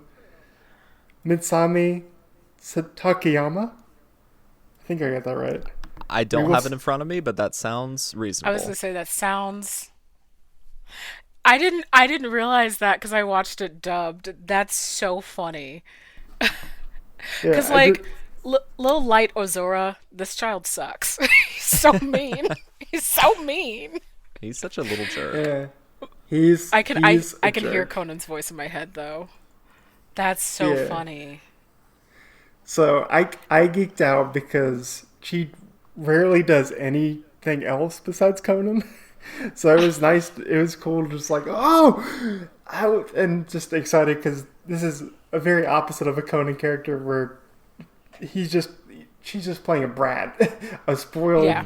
showbiz brat. Of at the surface, I present this very pleasant, very calm, very nice to everybody persona, but no, I'm a jerk and I'm gonna steal your song and take number one, even though I don't need to be here. That episode is so funny on a lot of levels because first of all, the talent show is called Japanese Got Performance, which is just America's Got Talent, which is great. But Japanese like, got performance. Love that. but like, yeah, Light singing this like deeply like mature version, and then like Lily just breaks out into like a scat rendition. It's so good. It's so good, and it's she, like, very even- cute. What does she do? Like, she has to make that decision at the very last moment because she didn't expect to be ambushed by this kid singing the same song she was going to sing. Mm-hmm. So she does this on the fly. What does she do? Like, rip part of her costume to Yeah, make it look yeah. more fun? She adjusts her costume and then improvises an entire dance routine. Just queen behavior. Like, it's incredible. Like, you drop this, Lily. Oh, it's your crown. Like, it's such a good character defining episode because it really encapsulates everything that is fun about Lily, which is that like she's a kid and she's like like, you know, chronologically she's like almost 20, but Sure. like physically she's 12 and like she kind of gets to live as a kid and she gets to live as herself in a way that like maybe in real life had she kept on living she might not have ever gotten that chance. And I think that's really it all kind of comes to a wonderful conclusion and when we get to see her just like improvise this little dance. スキドシュビドビシュビドビバベバスキシュビドビパリヤビバシュビドウィードダウウィードダウウィードダウウィーパパ清き川喜びと安らぎを包むスキドゥンダラスキドゥンダラスキドゥンダラスキドゥンダラディギディギディギディギディギディギディギディドゥン Oh, we be papa fever, we be papa fever, we be be be be papa fever. Party now, we be be papa, shoo be shoo be papa fever. Para tiki tiki para be papa fever. Shoo be do do do do papa shoo be do fire. And I'm glad that you mentioned the guest casting of that particular character because in another episode in season 2, we get introduced to a character named Mai Mai, who's a local high schooler who's like a really big fan of Fran Shushu, and she joins the group for a brief period of time for like one song. And I was thinking, because I watched that episode dubbed in the first time I watched it, and I was like, you know what? I bet the reason they're making this episode is because someone really famous is playing this character, and they wanted to bring her on for a song. And wouldn't you know it, it's Kana Hanazawa. What? What? Yep, and I was like, I knew it. Because it seems like kind of a random aside, but I'm just like, oh, this totally makes sense that they just wanted to have like, you know, Kana Hanazawa, this like super famous seiyuu, excellent singer, come in to do like a few songs with Fran Shushu and be like, all right, guys, I'm out, and dip. I'm shook. I'm shook. I knew the singing voice sounded familiar. Yep. And I typically, like, for lack of a better phrase to say it, like, home wrecker episodes of shows to me are like some of my that's like one of my least favorite tropes that happens in like like episodic TV, where like a character comes in and just like ruins everything for an established group. And I thought that's what that episode was going to be, but I was so pleasantly surprised that it really wasn't that way. Like, Mai Mai didn't come in with like a big head about herself and everybody hated her. There was this respect that she really did pay to the girls, and she wanted to do things right. And they were resistant a little bit, but by the end they had kind of accepted her in. And then she was just like, humbly, this is my last performance, or something like that. So that episode, it played with my expectations a lot, and I appreciated it for it. I really love that it parallels Sakura's own kind of like zombification. Because, like, Yes. Mai Mai, first of all, Oh, Mai Mai, yes. poor Mai Mai, is just the clumsiest child. Slips on a bar of soap. And it's Kotaro's fault. It's Kotaro's fault. And then I love that his first thought is, oh, I can't let anyone see this. I've got to bring her back to the mansion. Like, he's automatically like, guess I got an eighth member for free. And, like, she's alive. She's perfectly fine. But, like, Mai Mai just rolls with it. And it really is a sweet episode, because I'm with you. I don't like that kind of homewrecker episode where, like, a new character comes in and you're like, okay, we are a lot of the way into the series. It is not the time. But it does actually turn out to be this really sweet series about just this kind of everyday high school girl who gets to perform the coolest performance at her school festival. And, like, that's a lovely memory. It is. And like, you know, she along with sort of the extended cast, you know, they kind of do a big like, kind of like like a lot of the side characters show up multiple times in this show for like big pivotal moments. And she kind of gets to join that extended cast. Like with the like the biker girl that Saki has like a tiff with and then becomes friends with, the of course our heavy metal super fans, the other like elder like aging radio host that Saki is a big fan of, Straight out of Yakuza. right? Like all these characters, like they get introduced, they have these like one-off moments, and then they come back for the big finale, which is, I love it when stories like really take their side characters seriously and like I do too. reincorporate them into things that are bigger than their sort of one-off appearances. Because I'll say I did go back and forth on Mai Mai, because when she first got introduced, I was like, oh god. Oh god. And, like, she does kind of grow on you, like moss on a log. Kind of like her. I'm sorry. I always seem to do this, but I was not a big fan of the episode, because Womp. we build up to this new character, we get her established, and then she's gone. I just felt like if you're going to introduce a new character this late in the game, she needs to be a permanent character and not just a one-off. If she's joining Well, the group. I think that's the joke. It's like the fact that No, I she don't like the didn't- joke, but I don't You like don't the like the joke. Well, to me, the joke became more understandable and more palpable when I realized that, like, oh, it's not necessarily a new character. It's like a meta thing. Like it's a guest singer kind of But dipping that's- in. Like when you would have like a TV show that would have like a famous actor dip in for like an episode. I guess This is- I would have rathered it be someone not joining Francis and maybe just a singer they met at a competition where they had to do like a group duet or something. I think I would have preferred that instead of joining the group. I can see both sides, right? Because, like, it is the 7th episode in an order of like 12 episodes for the second season. So like it does kind of come when you're like, we gotta keep the momentum. True, Like, true. um, And that's kind of I the central kind of issue with season 2. Like, there's not a whole lot of forward momentum through it. And kind of what we established earlier is like, well, okay, so I guess in the in the beginning of season 2, they established that like Fran Shushu is really poorly off because their big concert at the end of season 1 was basically like like it went well, but it was so poorly attended they lost a huge amount of money and now they're horribly in debt. And like Kataro's super depressed about it and is being very unhelpful.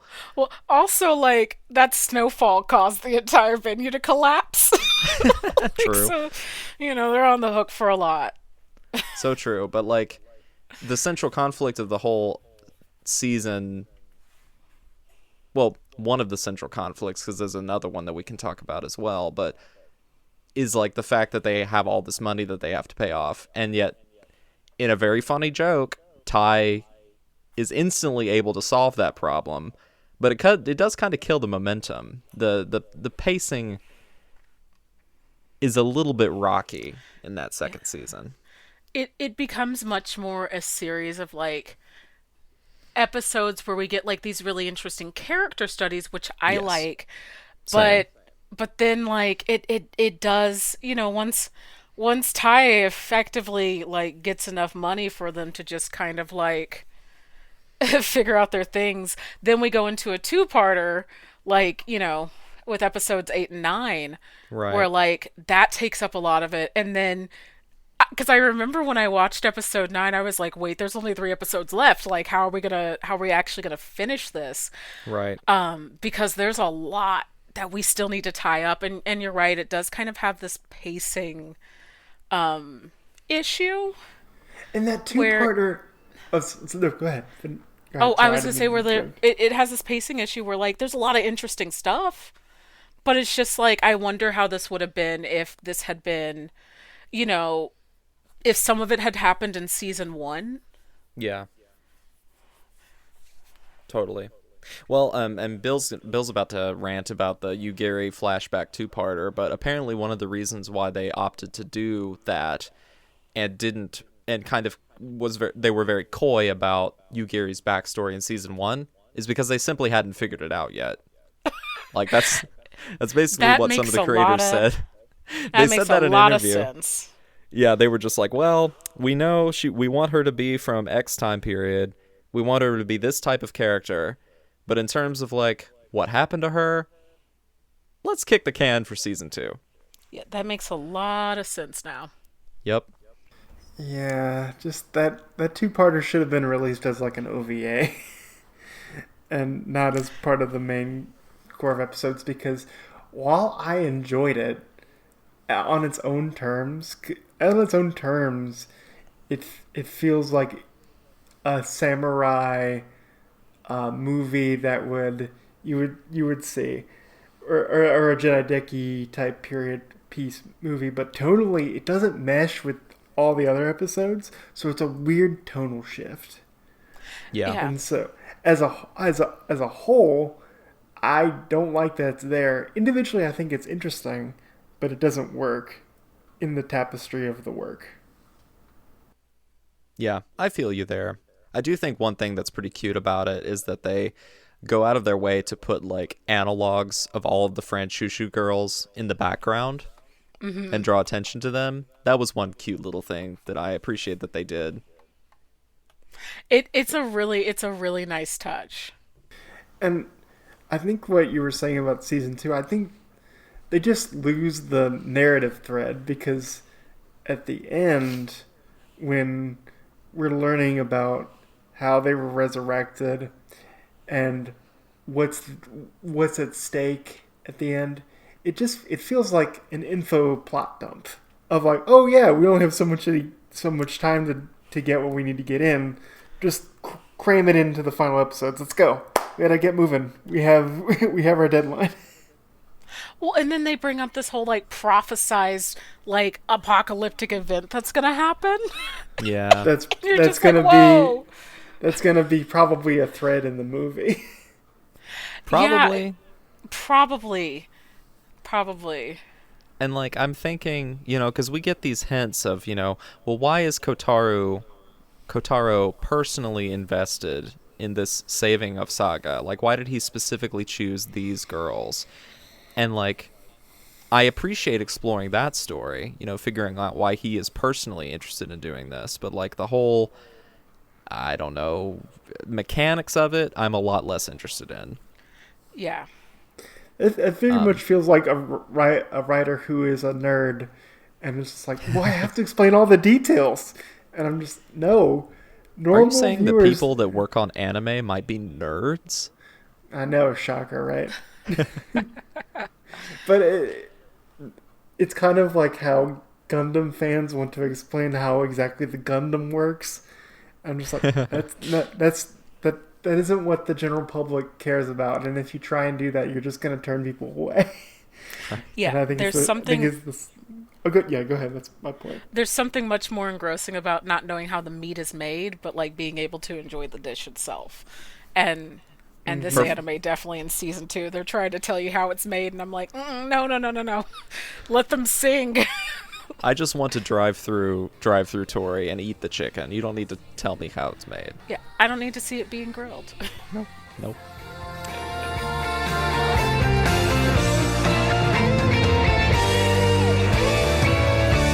川を越えると揺れる影をかすかにあの人のよう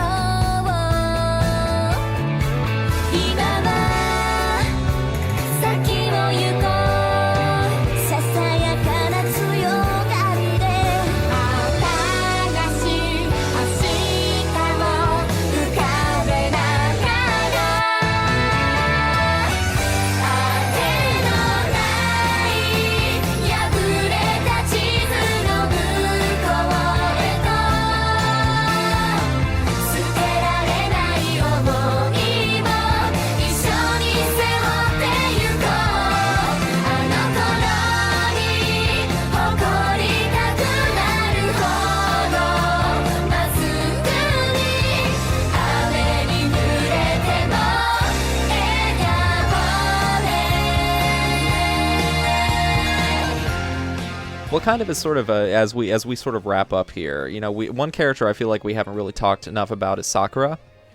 Oddly enough, because she is our main character, and in a way, she's like the perfect POV character because like in the beginning, she's basically a clean slate. Like she wakes up and she doesn't have any of her memories at all. So she's kind of going into all of this blind. We don't really know much about her. We just know that she was killed at one point. And that kind of gives we kind of get a good feel of her personality as being this sort of like timid and cautious, but still really wants to do a good job and really believes in this project, even though she doesn't really know exactly why she's here or why she's doing it. And then something happens in season 1 where like she gets all of her memories back and realizes that she was kind of a horribly depressed, kind of aimless person in her real life. And a lot of that sort of comes back to haunt her in a pretty significant way towards the end of season 1. And I thought that was really tragic, but really palpable there in the end of the first season, where, all of these girls, sort of the central tension is the fact that they know who they used to be and they have to cope with who they are now, or who they feel like who they're going to be now. But Sakura's whole thing is like she was defined by what was happening to her in the present, but then the past sort of kind of tumbled all over that, and she had to sort of relearn why she was there in that moment. And I thought that was some really clever storytelling that sort of put her at odds with the team there for a while. I mean, they eventually resolve it and work it out, but it took a bit of going to get there. Yeah, because she gets like, I think it's like a week before the concert, she gets hit by a car again. That's right. Just like, oh my God, girl, you've got to stop going out on the streets. Oof. And I do like it. I did like it because like Sakura up until then, she's remarkable in her unremarkableness. Like she's just kind of, as far as we know, she's just a girl. And then She's you get all generic this main character. I'm sorry, I keep referring everything back to Idolmaster, but she's Haruka. She's a Haruka clone where I'm the peppy, upbeat, kind of nervous character, but I really want to do well for myself and for the group and for everyone, and I want to look out for everybody. But there's nothing else to my character, and that's how she is for most of the series. Where I like her, but she doesn't have another quirk like all the other members do. Yeah, and like this episode kind of really solidifies that like she isn't remarkable. Like unlike, all the other girls, she did not have a past as an idol. She was a quite lonesome and like, really really kind of pessimistic person in her life. And then, she does kind of go into this depression because she's like, well, I'm not like you all. I can't make it as an idol. Like my life was not a life fulfilled. I didn't do anything remarkable. And I really love that Kotaro really comes through and is like, no, I'm not going to give up on you. I'm not going to give up on you. And so does Tai. Tai is actually really the big motivator. Yeah. She's just like, I'm not going. And I mean, I love that she can't convey it through words, but she sure can convey her feelings through actions. And like it's really nice. It's really nice because Tai is the one person out of all of them that understands that like no, Sakura doesn't need to be coddled in this. Like let her feel sad, but we've got to get her back on track because we know her value because we're all this found family and we're friends. And I That's really right. like that. I think it's a really solid way to end that first season.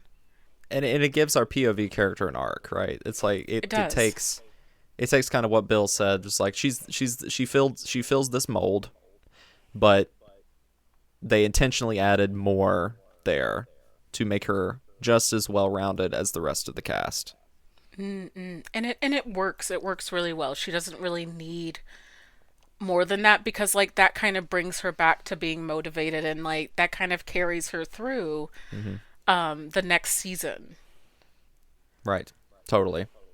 Because she's able to pull back from that and sort of reflect on it to be able to help others Yeah, it's sort of get it's through. really beautiful. Yeah, totally. So I guess that kind of brings us like, well, where do we find our characters here at the end, right? So at the very end of the show, because of course, something big at the end has to go horribly wrong, right? So they're Yeah. they're trying to basically put on this redo concert of the one that failed horribly. They're And going to get everything's their going revenge, well. Austin. They're going to gonna get their revenge. That's They're right. gonna get, But they're they're gonna get their revenge, and they have their big concert planned. But then I think a typhoon or Yep. hurricane comes through, and what I love about that finale is that they don't get notoriety for their singing, but for helping the community of Saga. Yeah. And entertaining the children, helping people out in terms of keeping food organized, packing stuff, helping the elderly. I really enjoyed that sense of like we're here to help our community, and that's what builds the strongest bond between them and the people of Saga, and not just their singing. Absolutely. I thought that whole ending was very unexpected Yeah. and very welcomed because it's like a totally different angle where it makes their whole journey not about, personal success, but about what they really can do to quote unquote save Saga. And that doesn't mean necessarily being great idols. It means like being really great people. And then there's the post-credit scene. Yeah, that. And then there's the post-credit scene with the flying saucer that destroys everything. And it's just like, okay. Huh. I'm guessing the movie will take place in space. That's my best Oh my theory. god. Oh my god. They go to Instead- Space Saga 2199. No, I was gonna say alien- instead Instead of Mazami Returner, it's like Starlight Returner. Perfect. Or they have to face against an alien idol group. That could be Aliens it. Oh my versus god. zombie Please, idols. please don't get my hopes up too much. I would love an alien idol group, please. That would be great. Like so they good. haven't. That's one thing that they touched on it a little bit, even though the context is really specific. Like the idea of a rival idol group. Like Iron Frill is a bit rival-ish in like that episode, but like they come around. And like because of Ai's context, it's not really the same thing. So if they did that as part of the movie, I would find that quite fun. Oh my god. I would love that. But another sort of we didn't even mention this guy at all, because there's one thread throughout like the whole series where there's like this reporter detective dude who's like investigating basically what we as the audience already know, that a lot of these idols in Franshushu are brought back from the dead, other public idols that ostensibly the populace should recognize, but they don't, I guess. But he's basically putting these pieces together, and he's about to like go public with all of his findings and reveal everything, but like he kind of decides not to whenever he sees what Franshushu, like how good Franshushu is for the people of Saga. He basically has like a complete 180 and decides not to. That's probably why we didn't talk about him, because his storyline is anticlimactic.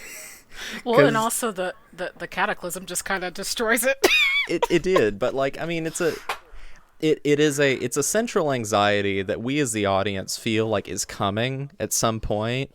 Like there's always this underlying feeling that like, oh, somebody's gonna figure something out, and like they play with that tension throughout the whole thing. And I guess you could probably make the argument that it's a little bit unsatisfactory to the end, and you'd probably be right. But like, it is like an interesting payoff. Like he decides not to because he realizes how important they are to the community, and decides not to share their secret. And we get that sequence when they're in the shelter and they lose their makeup, and they're afraid of just like, oh no, we're exposed. What's gonna happen? And all the kids there are like, oh, you guys look like zombies, but we know you as Franchichu, and we still love you. That's and right. So that's basically your kind of payoff to that tension. Right. You did fail to mention the horrific clay mask that they make that they think are going to be a better solution to not revealing that they're zombies. They try to get really good at baking clay in like an afternoon. It's so bad. Oh man. Well, is there anything else about the show that we want to mention before we kind of wrap it up here?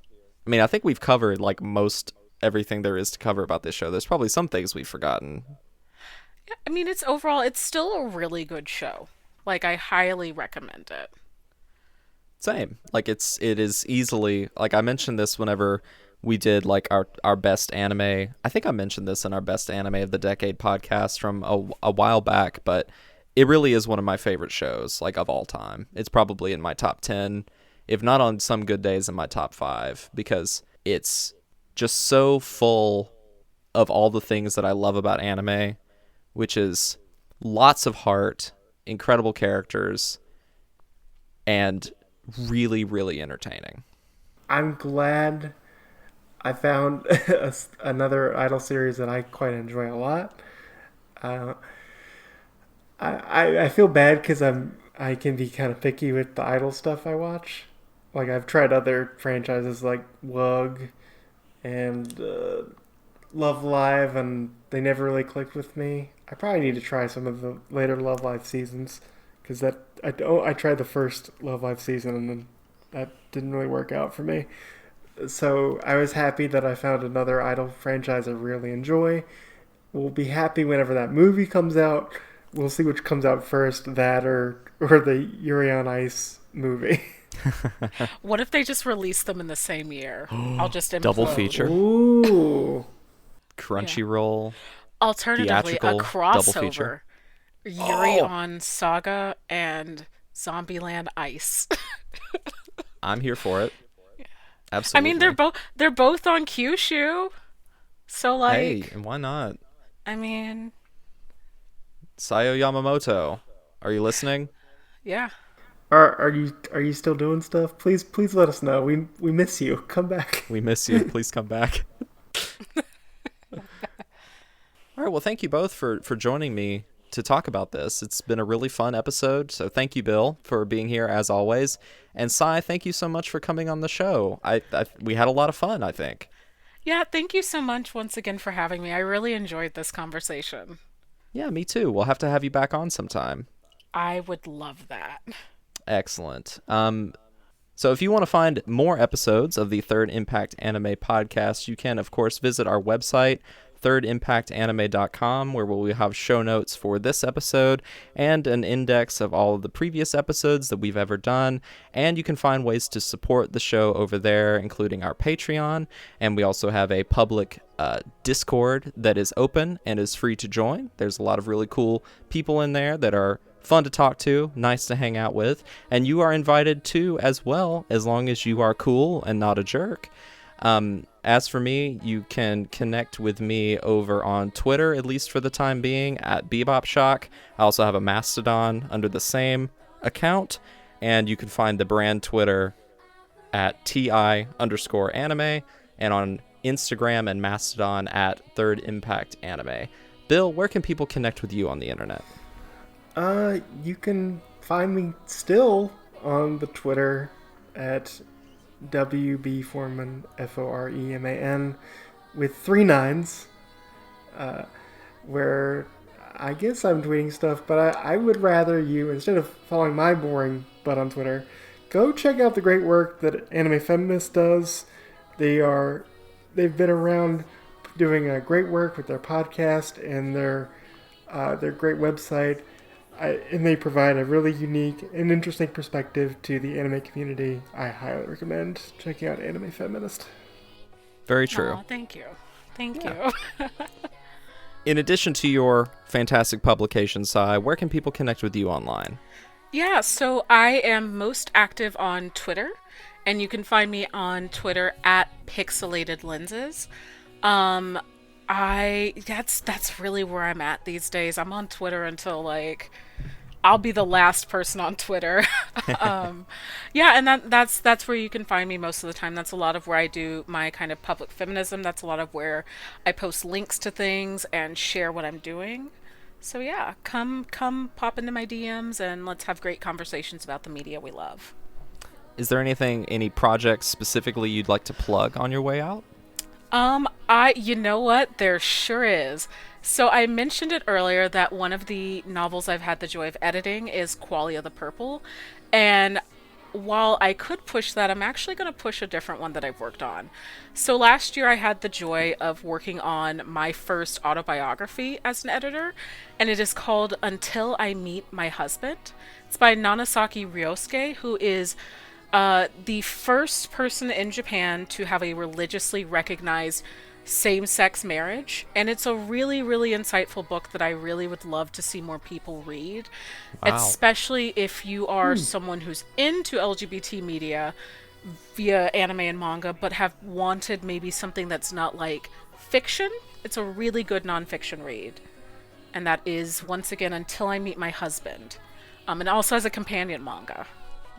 We will definitely have to share a link to that in the show notes. Well, thank you both again for joining me for this episode. And hey, you listening at home, go check on your Tamagotchi. Make sure it's not dead. And until then, nice bird. さよなら